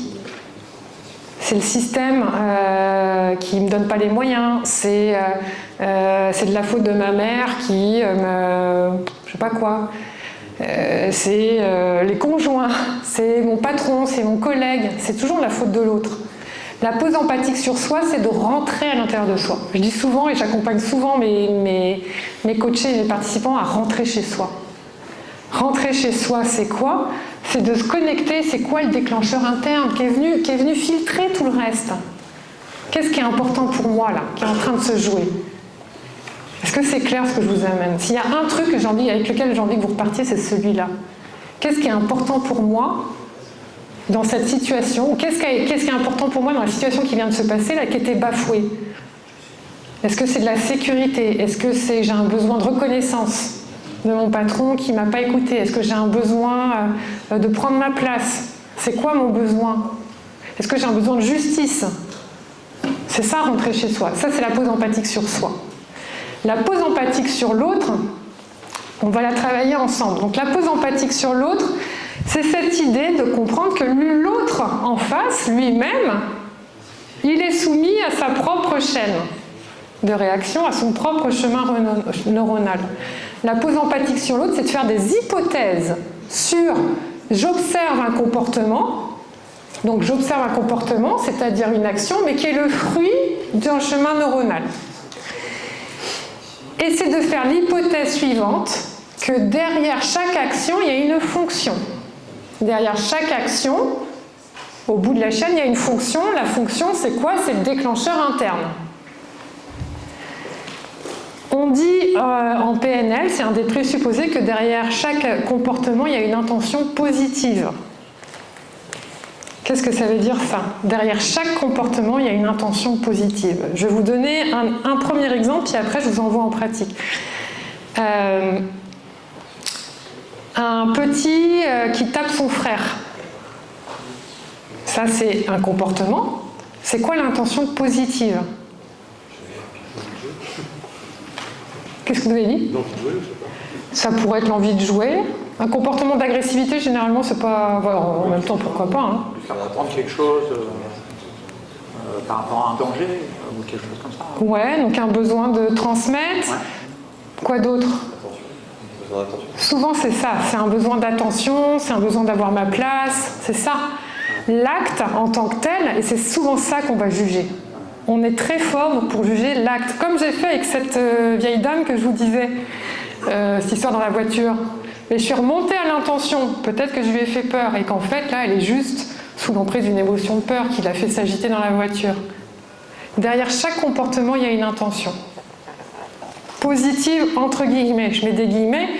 Pourquoi? Parce que quand j'enseigne ce présupposé-là, on va me dire, bah, attends, Hitler, c'était quoi son intention positive? Et d'ailleurs, en plus, on est dans une ville qui a été entièrement reconstruite. C'est quoi l'intention positive d'Hitler? Mais détruire, c'est quoi l'intention positive? Détruire, c'est l'action. On est dans l'action. C'est quoi? Pour lui, c'était d'améliorer le monde. Pour lui, c'était purifier la race humaine. Améliorer le monde. Dans son monde à lui. C'est quoi l'intention positive des agresseurs?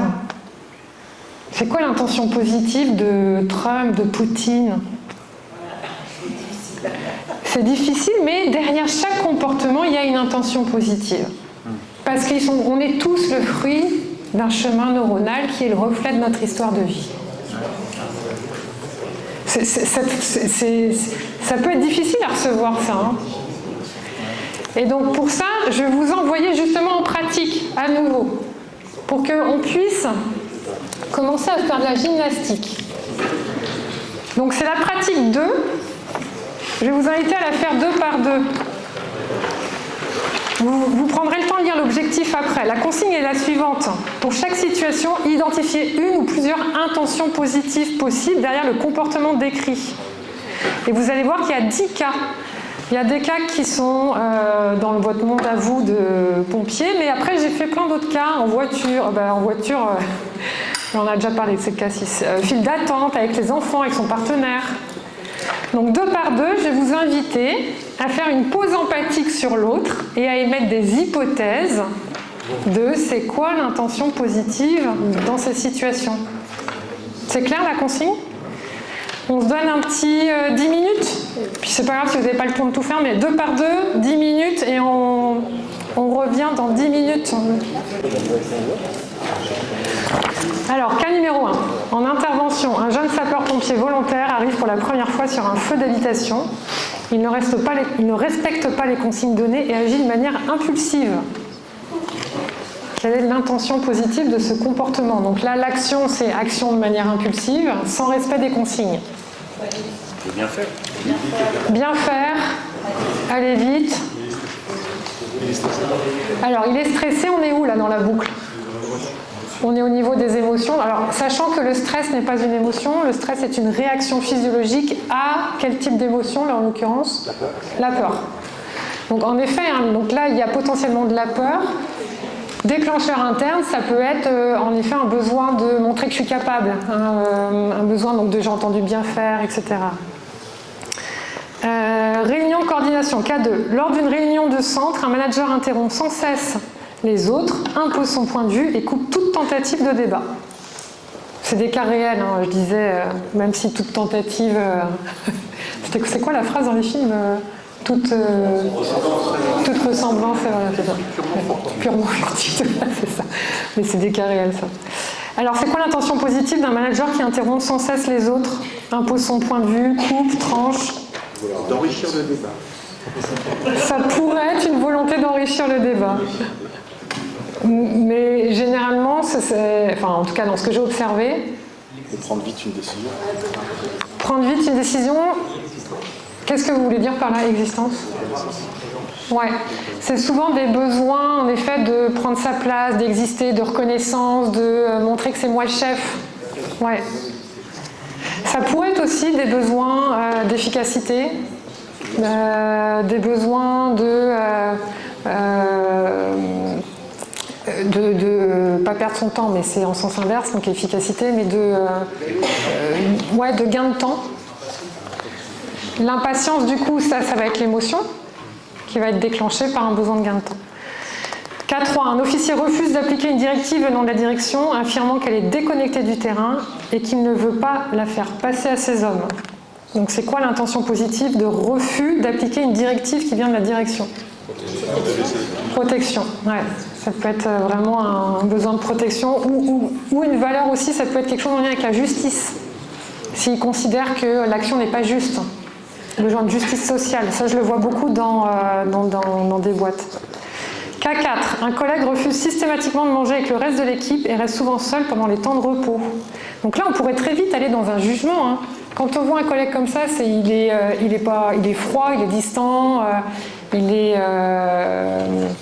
je sais pas, qu'est-ce qu'on pourrait dire? Il est associable, voilà. Il est autiste. Mais vous voyez toutes les étiquettes que rapidement on va coller sur le comportement. C'est quoi l'intention positive, là, potentiellement? Et du coup, si c'est pas ennuyer les autres, c'est quoi son intention à lui? L'être au calme, réservé. Ouais, de la préservation de son calme. Ça peut être aussi un besoin de ressourcement. Parce que j'ai tellement de stimulation que le midi, j'ai besoin d'être au calme. Ouais. Un besoin... oui, c'est ça. Là, ouais. K5. Après une intervention traumatisante, donc un accident avec un décès, un officier refuse de parler de ce qu'il a vu et détourne les conversations lorsqu'on aborde le sujet. Ça, c'est des cas que j'ai vus, alors pas en termes d'officier, mais dans un suicide sur une entreprise. Le directeur qui refusait de parler de ce qu'il avait vu. Alors, ça peut être en effet une protection. Et donc là, on est au niveau de l'émotion. Vous êtes bon au niveau émotion. La peur de s'effondrer au niveau de son équipe, et c'était exactement ça. Ça, c'est l'émotion, mais du coup, c'est quoi le déclencheur interne qui fait que j'ai cette peur-là? Rester fort. Ouais. C'est vraiment un besoin de garder ma crédibilité, avec une croyance que si je m'effondre, je suis plus crédible et je perds mon équipe. Tout à fait. Ça va, ça? K6, en voiture, un automobiliste vous colle à l'arrière et vous klaxonne alors que vous roulez à la limitation. Donc à nouveau, on est dans une action, comportement un peu agressif. C'est quoi l'intention positive? Peut-être un besoin de sécuriser la voiture devant, qu'il y a un coffre ouvert ou qu'il n'y a pas mis ses feux. Donc un besoin de quoi? De sécuriser de la voiture Le fait de le coller à l'arrière et de le klaxonner? C'est arrêté par la police comme ça. Ah, parce que la police... C'est vrai qu'on n'a pas le contexte. Donc si c'est des policiers qui font ça, en effet, ça pourrait être ça. Vous n'aviez pas dit que c'était des policiers. Mais si on prend autre contexte dans l'automobilisme. Donc ça peut être parce qu'il y a une urgence et donc un besoin d'arriver à temps. Il y a aussi... Pardon ? J'entends pas. Perte de temps. Perte de temps. Donc du coup, c'est un besoin de gain de temps, un besoin... là, il y avait aussi... je pense à une personne qui était un besoin de faire de l'éducation aux gens. Et celui qui roule sur la voie de gauche. Ouais, je le klaxonne, d'apprendre la vie, quoi, aux gens. Okay. Et du coup, c'est une façon de prendre sa place. Et parce que j'y arrive pas dans un milieu professionnel, bah, au volant, je vais le faire. Ouais. Je suis dans une file d'attente. Une personne derrière vous soupire bruyamment, râle à voix haute et se plaint que ça avance pas.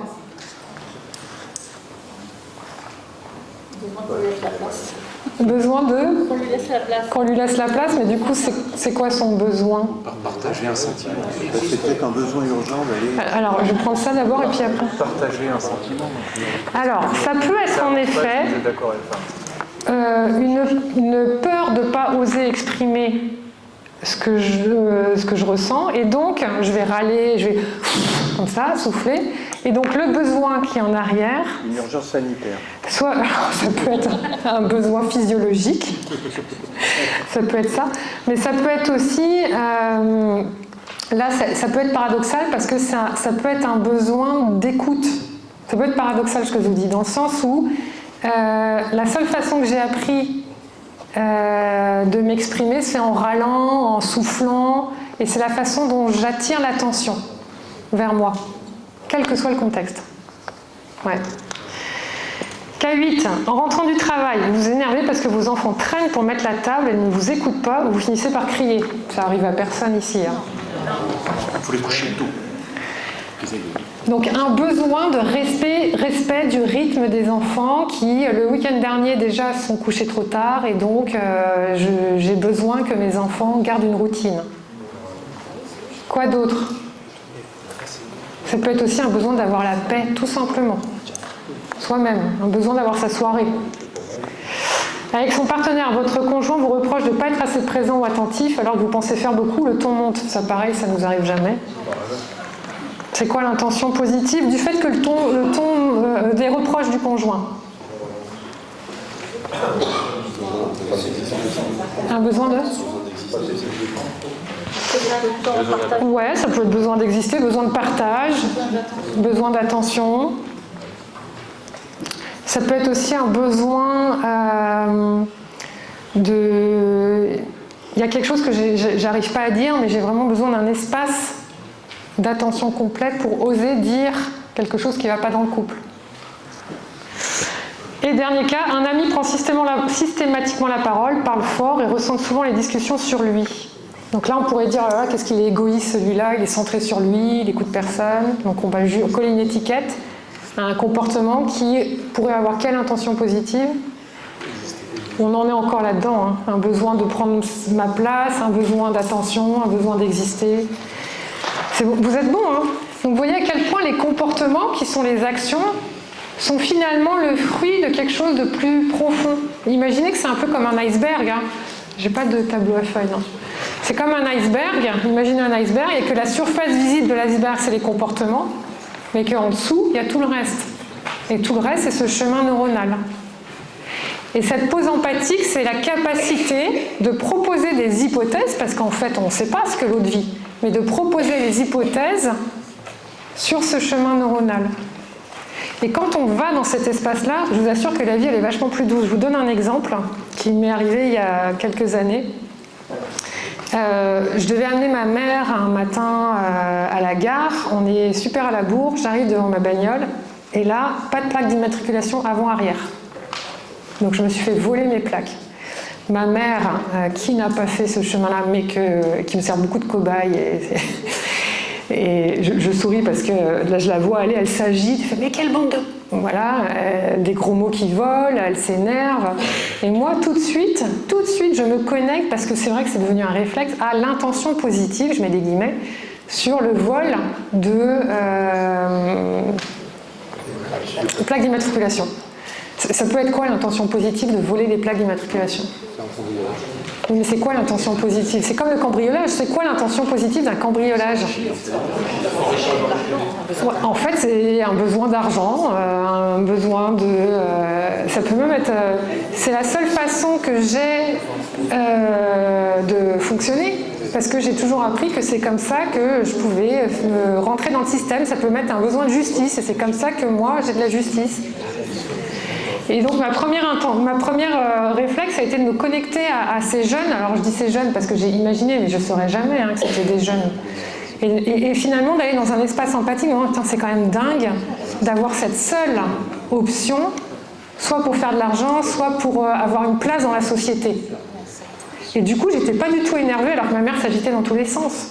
Ça ne veut pas dire que j'ai rien fait. Attention, se connecter à l'intention positive, en fait, c'est vachement plus calme parce que la vie est plus douce, mais je suis quand même allée porter plainte parce que voilà, je voulais pas. Enfin, on ne sait pas ce qui peut se passer après. Si ma voiture devient un bélier avec le, enfin, vous voyez, avec la plaque d'immatriculation. Donc ça ne veut pas dire rien faire. C'est juste qu'en fait, on est vachement plus en paix. Ça va pour cette partie-là?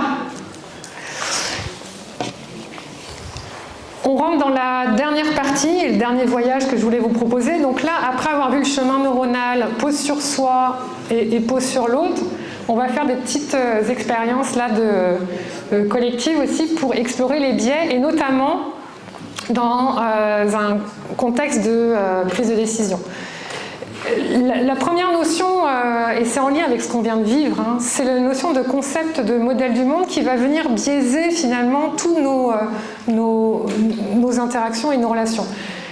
Le modèle du monde, c'est ce qu'on vient de voir, c'est-à-dire que chacun a sa perception, chacun a son 0,25 ans. Pour vous le faire vivre, là, donc juste avant, on a fait, quand je vous dis son 0,25 ans, ce modèle du monde, là, on est dans des filtres subjectifs. Là, on va aller dans des filtres, et c'est le cas des biais cognitifs, des filtres biologiques, des filtres physiologiques, des filtres neurologiques. Je vous invite à observer cette vidéo, je vais la déclencher. Vous allez voir que c'est une femme, on l'appelle la danseuse, qui va tourner. Ma question à vous est la suivante, est-ce que ça tourne à droite, enfin est-ce qu'elle tourne vers la droite, c'est-à-dire en sens horaire, ou est-ce qu'elle tourne vers la gauche? Vous êtes prêts?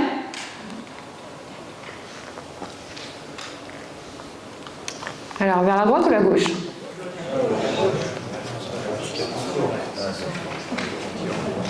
Tout le monde voit vers la gauche?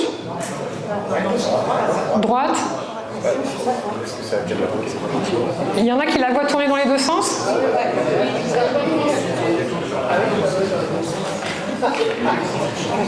Alors, à main levée, qui ne la voit que dans un seul sens?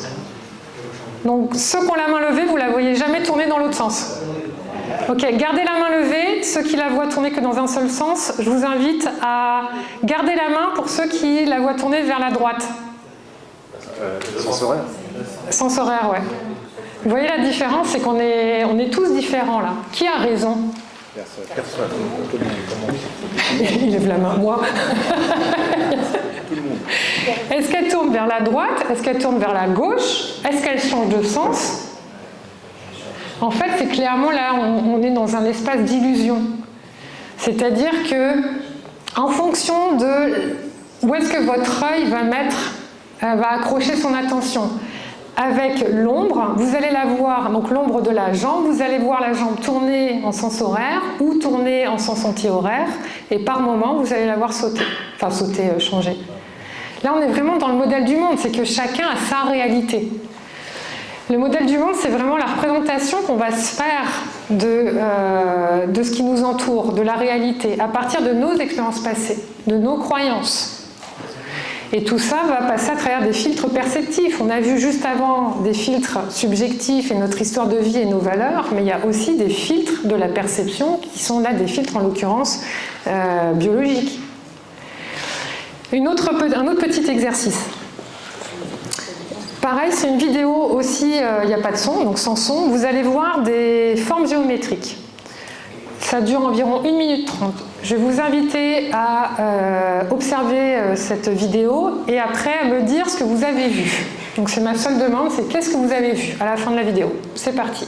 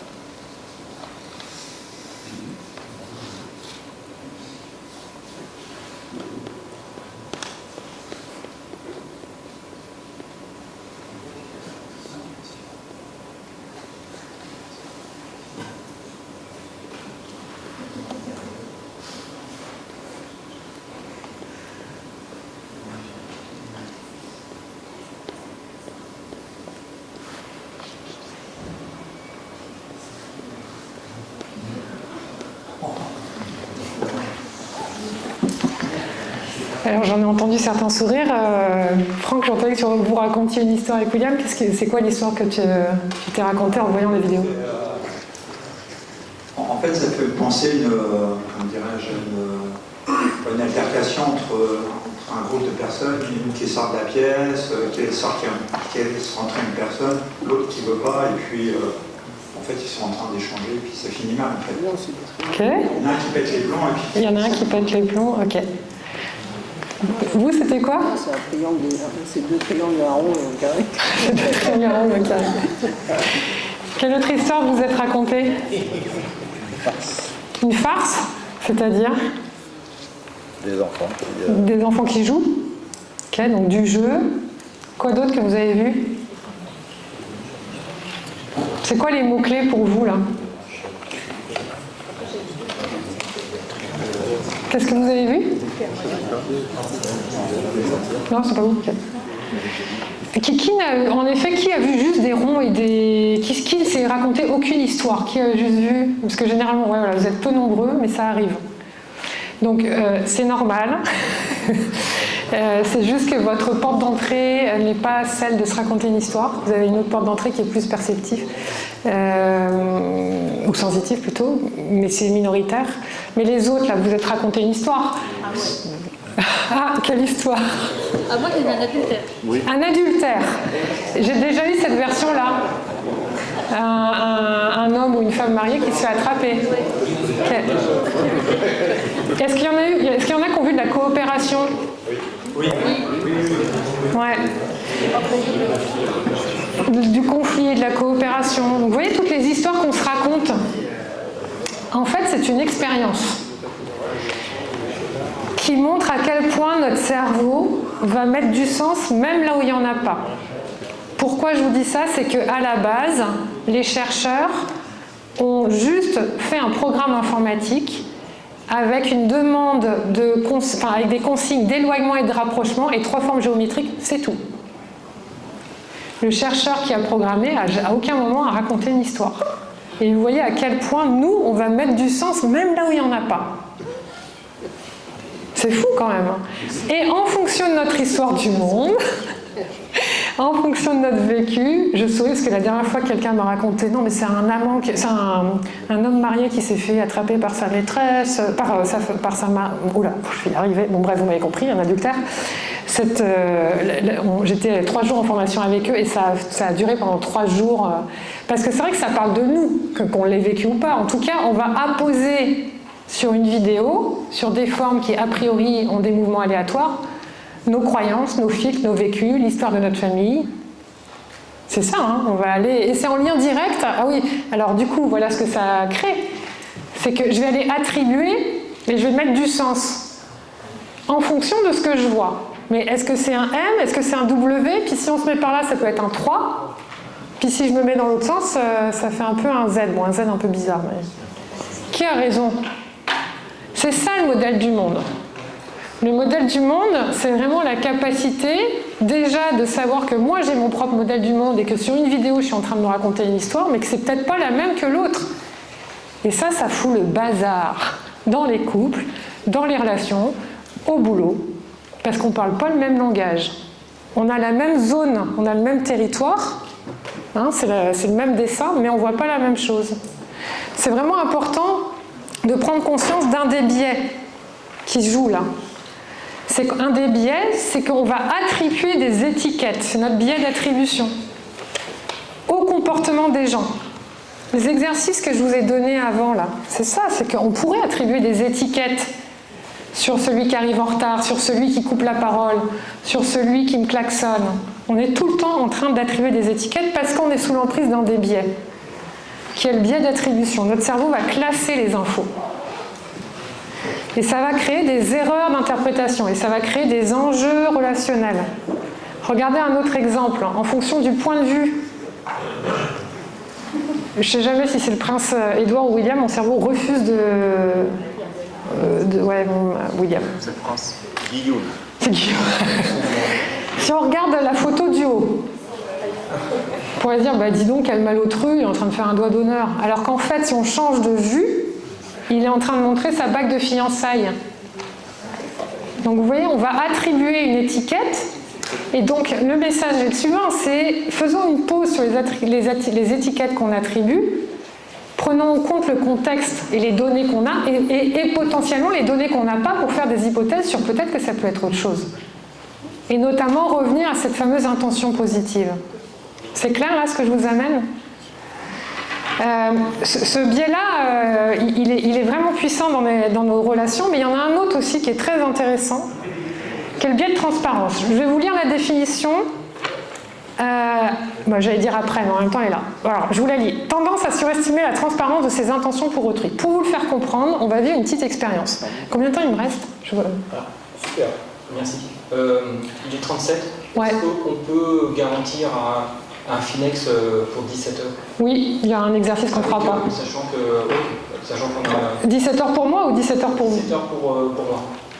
Ah ouais, alors tu me grattes combien de combien de minutes ? 32. C'est maintenant. 5 minutes ? Tu as besoin de 5 minutes ? Ok. Du coup, en fait, ça va être la dernière expérience qu'on va faire ensemble. Ce que je vais vous proposer, puis on va terminer par cette expérience-là, parce que ce biais-là, il est hyper important. Parce que la petite expérience est la suivante. Je vais prendre 10 personnes avec moi à l'extérieur. C'est ceux qui vont être acteurs du biais, ceux qui vont être passifs du biais, mais vous allez le vivre autrement, vous restez là. Donc ma première demande, c'est qui a envie de venir à l'extérieur avec moi ? 10 personnes, il me faut.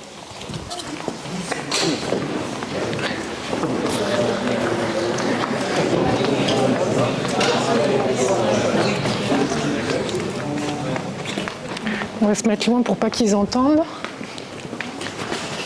1, 2, 3, 4, 5, 6, 7, ouais, ça va. Alors, venez, parce que je veux pas qu'ils entendent. Ah, ouais, c'est bon. Rapprochez-vous, je veux juste pas qu'ils entendent. Donc là, ma première demande, ça va être que l'un d'entre vous ait un bon rythme, parce que l'un d'entre vous va rythmer la chanson Joyeux anniversaire avec un crayon, donc c'est-à-dire comme ça. Donc il me faut quelqu'un qui a un bon rythme. Non ? Non, mais il est compétent. Il est compétent. Non, il compte les temps. Ah, il compte les temps. Donc le rythme, c'est bon. Donc ce que je vais proposer, c'est que Pierre-Alexandre donc, va prendre un crayon et donc tu vois faire comme ça. Mais du coup, alors ça va être sur la table, il faut que... En la chantant en fait ? Non, juste en la chantant, mais pas avec les paroles. Hein. Oui. Juste en battant le rythme. Voilà. Très bien. D'accord, ok. Vous n'avez rien à faire. Pourquoi vous allez vivre le biais de transparence ? C'est que vous avez accès à l'info qui est « c'est joyeux anniversaire ». Pour vous allez voir que ça va être une évidence. Vous allez voir à quel point dans la salle ça ne va pas être une évidence parce qu'ils n'ont pas accès à l'info. Par contre, et on débriefe après. Plus fort, parce qu'ils vont pas l'entendre. Ouais. C'est clair pour vous ? Donc vous n'avez rien à faire, juste à vivre ce que ça... Juste... ça c'est facile comme consigne. On peut le faire au micro, je pense. Au micro. C'est très intéressant. D'ailleurs, je remercie ceux qui ont commencé à mettre des post-it. Sur le pupitre ? Ouais, à mon avis. Okay. On va essayer. Ouais, c'est bon. Alors, il est où mon micro ? Donc, les personnes qui étaient avec moi ont eu l'information. Pierre-Alexandre va vous rythmer une chanson. Donc, votre objectif à vous, c'est quoi la chanson ? Je disais chaud. Ouais. C'est quoi la chanson ? Dès que vous devinez, je vous invite à lever la main. Mais vous ne dites rien pour laisser la chance aux autres de deviner. C'est bon ? Quand tu veux.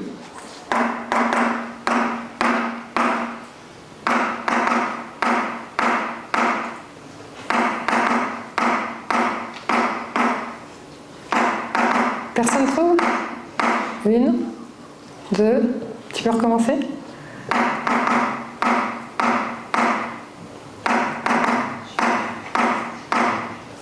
3. Il y en a qui hésitent. Ok, merci. Avant qu'on vous donne la réponse, bravo. On peut l'applaudir. Avant que je donne la réponse, ceux qui ont l'information, c'est là où c'est un biais de transparence. Ceux qui ont l'information, juste levez la main pour voir où vous êtes. Qu'est-ce que vous avez vécu là? C'était long, ils auraient pu trouver avant. C'était long, ils auraient pu trouver avant. C'est exactement ce qui se passe. Ok, quoi d'autre? C'était trop facile. C'était trop facile. Et en même temps, 3 personnes sur 30 seulement, devinez. C'était mal fait. C'était mal fait. Alors, vous voyez, en fait, c'est quand on a accès à l'info, c'est une évidence. Pourtant, vous êtes minoritaire à l'avoir deviné. Et encore, ceux qui l'ont deviné, là, on va aller dans les réponses. Ça arrive souvent que ce ne soit pas la bonne réponse. C'était quoi? Joyeux anniversaire. Ouais, c'était joyeux anniversaire. Donc, vous voulez qu'il le refasse pour... Donc, en fait, c'est un biais de transparence. C'est que quand on a accès à l'info, c'est long, c'est nul, il ne le fait pas bien. On peut aller dans un rythme, dans un jugement, parce qu'on a accès à l'info. C'est le biais de transparence. C'est un biais qui est très puissant parce qu'il va créer des incompréhensions, des enjeux de communication. Comment il faut faire pour en sortir?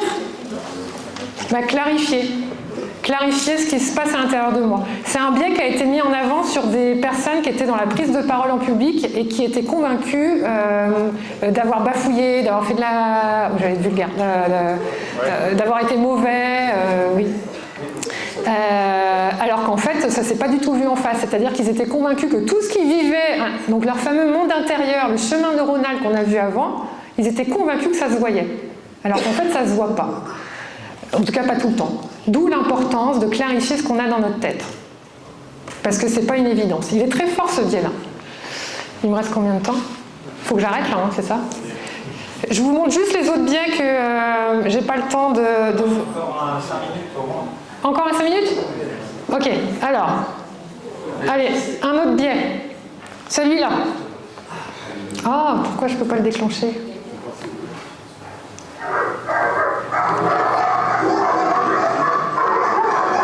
Donc regardez ce qui se passe.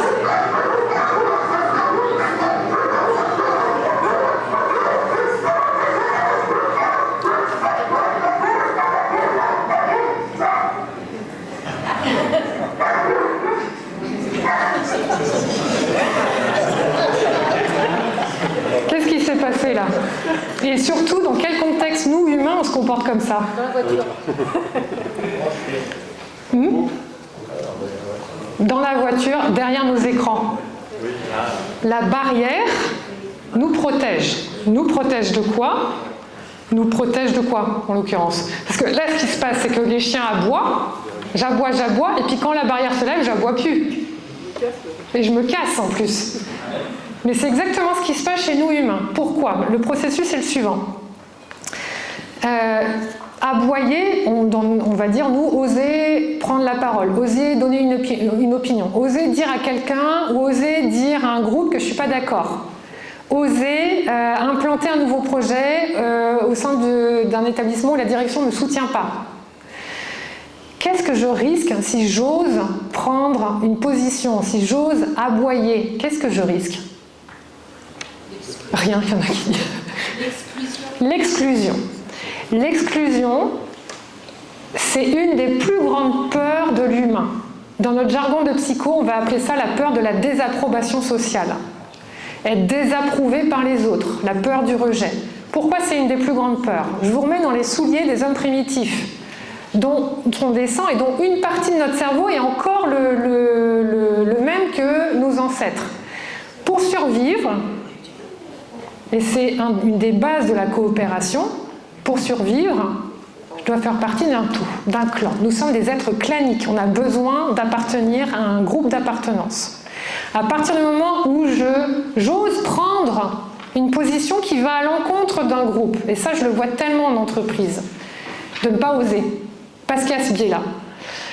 Parce que si j'ose prendre une position qui va à l'encontre du groupe, j'ose prendre le risque d'être rejeté de mon clan. Et c'est une souffrance psychique pour le cerveau qui égale attention, danger de mort. C'est en lien direct avec un biais qui est le biais de conformité. C'est la tendance de notre cerveau à se conformer à un groupe pour s'intégrer socialement. Ça fait partie de nous. Alors, il y a des degrés, parce qu'une fois, une personne m'a dit « Mais alors moi, je ne suis pas du tout comme ça. Moi, je ne suis pas du tout conforme. Moi, je suis activiste. » Et en fait, je lui dis ben, « Tu appartiens au clan des activistes. » On va se conformer à des pairs. Dernier biais, et puis je m'arrête là-dessus. Imaginez que je vous donne 50 €. Je ne vais pas le faire, hein. Mais imaginez. Je vous propose 2 choix. A, vous gardez 20 € avec certitude. Ou B, vous jouez à pile ou face. Pile, vous gardez les 50 €. Face, vous perdez tout.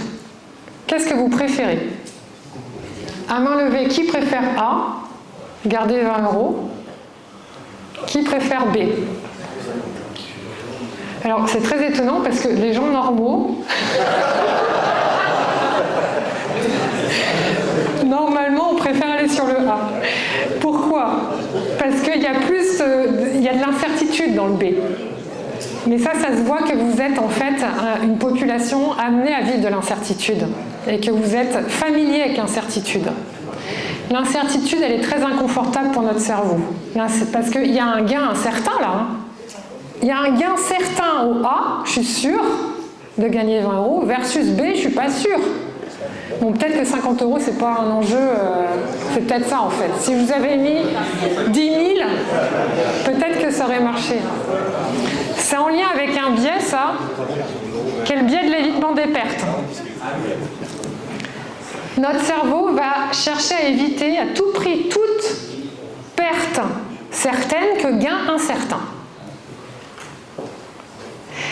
Et là, ça nous amène dans un espace, et c'est là-dessus que je vais vous laisser, notamment dans les enjeux de transfo, là, à la chose suivante. Notre cerveau va préférer continuer de gagner à ne pas changer plutôt que d'avoir un gain incertain dans le changement. Gagner à ne pas changer, ça veut dire quoi? Qu'est-ce qui fait qu'on n'arrive pas, pour les fumeurs, à arrêter de fumer, à perdre du poids, à se remettre au sport? Parce qu'il y a un gain immédiat qui est plus grand que le gain attendu. Là, je vous donne un exemple personnel. Personnel, je veux dire, c'est pas le mien, mais un exemple dans un contexte de vie perso.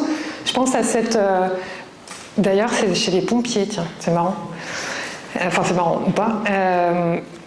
Je pense à cette femme qui vient me voir dans un contexte managérial. C'est un être humain que j'ai en face de moi. Il s'avère qu'elle est en état d'obésité, qu'elle a des gros soucis de santé. Et on se met à parler de son état de santé. Et elle me dit, je ne comprends pas pourquoi j'arrive pas à perdre du poids. Bénéfice attendu, gain attendu. Versus tout ce que je perds là à rester. Je suis en train de mettre ma vie en danger. Sauf qu'il y avait un gain à ne pas changer, un gain à ne pas perdre du poids qui était majeur, qui était le suivant. Elle m'a dit, mais tu sais, pour réussir dans ce milieu d'hommes, j'ai dû sacrifier ma féminité. Et pour ne pas être féminine, j'ai pris du poids. Alors elle ne me l'a pas dit comme ça, c'est au bout d'un coaching, mais ça, elle s'est effondrée. Il y a eu une telle prise de conscience que ce poids qu'elle a pris lui a permis de prendre sa place dans un milieu d'hommes. C'est un vrai cas que je vous raconte, qui m'a beaucoup touchée dans une situation managériale. Oui, le gain. Et donc, là encore, s'il y a une chose que j'ai envie que vous reteniez, j'ai l'impression de vous dire ça plein de fois, mais c'est qu'est-ce que je gagne à ne pas changer. C'est tellement plus fort que ce que je gagne à changer. Et c'est pas conscient. Et ça, c'est relié au biais de l'évitement des pertes. Alors la pratique, on n'aura pas le temps de faire, mais si ça vous intéresse, elle est écrite. C'est finalement comment ces biais-là influencent vos comportements, vos prises de décision, notamment dans vos contextes managériels. Donc il y a un petit exercice en pratique 3 que vous pourrez prendre le temps de lire. Un énorme merci à vous. J'ai adoré passer la journée avec vous. Merci encore Franck. Et puis je laisse Franck, William et puis le lieutenant-colonel Stéphane qui est parti, je pense. Et puis je te laisse la parole, William.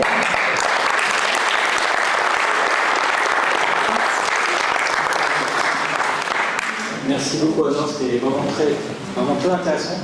Personnellement, je crois que c'est la notion des biais. Je l'avais déjà, j'en avais connaissance, mais c'est la première fois que je le vivais et je le comprenais de cette façon. C'était génial. C'était très bien. Juste pour finir, avant de donner la parole au collègue déplacé au fond, notre directeur départemental adjoint.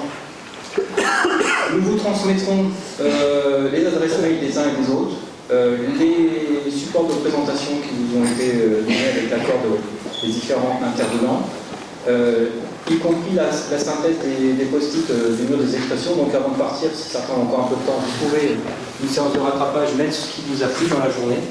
Il n'y a aucune difficulté. Pour ceux qui étaient partis écouter la chanson du joyeux anniversaire, avant de nous quitter, on se réunira dans les escaliers monumentaux de l'hôtel de Lille pour faire une photo.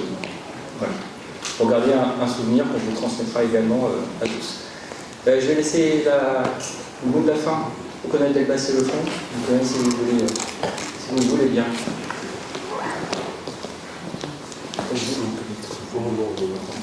Merci, cher William, de me céder la parole pour conclure cette journée.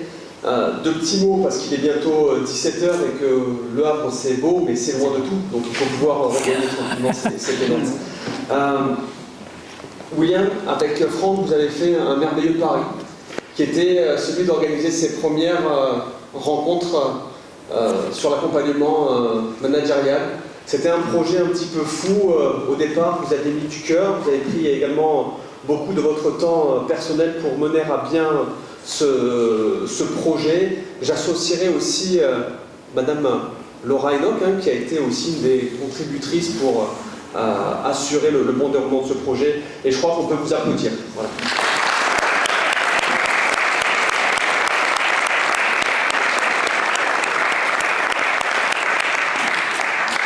On peut vous applaudir parce que vous aviez une intention positive de faire de cette journée vous avez vu que je retiens, de faire de cette journée une réussite. Alors, elle n'aura certainement pas été parfaite pour autant. Eh bien, on aura permis de vous réunir. Et pour nous, c'est un grand plaisir, une grande fierté d'avoir pu réunir ici en Seine-Maritime, dans ce si beau territoire, eh bien, beaucoup de contributeurs venus pour certains de loin, pour participer à ces journées, et nous sommes très touchés par votre présence et on vous en remercie chaleureusement.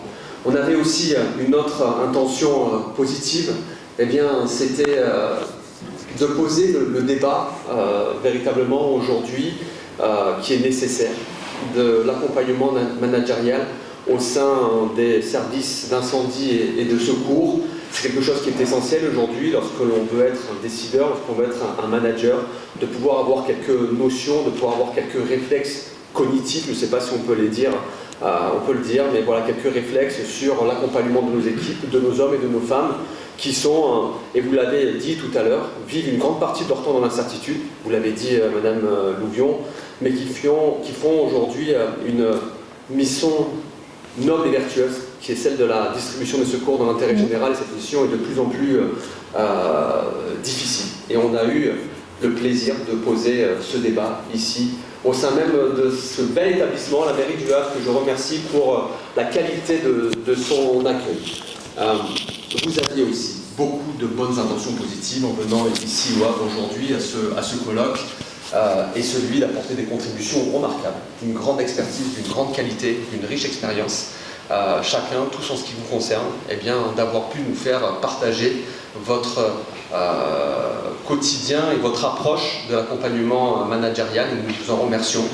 Mais vous savez, on doit tous encore, et j'en terminerai par là, avoir là aussi une volonté encore, quelque chose de positif, c'est de faire en sorte que ce ne soit pas un one shot et qu'on puisse encore l'année prochaine pouvoir se réunir sur l'acte 2, une nouvelle journée. Et où que soit cette journée, eh bien, le SDIS de la Seine-Maritime sera présent. J'ai vu que le 31 s'était porté candidat tout à l'heure. Il y en aura peut-être d'autres qui se porteront candidats pour organiser cette journée-là. Mais elle sera nécessaire et nous aurons plaisir à vous y retrouver. Bon retour chez vous. Merci d'avoir été présent aujourd'hui à nos côtés. À très bientôt.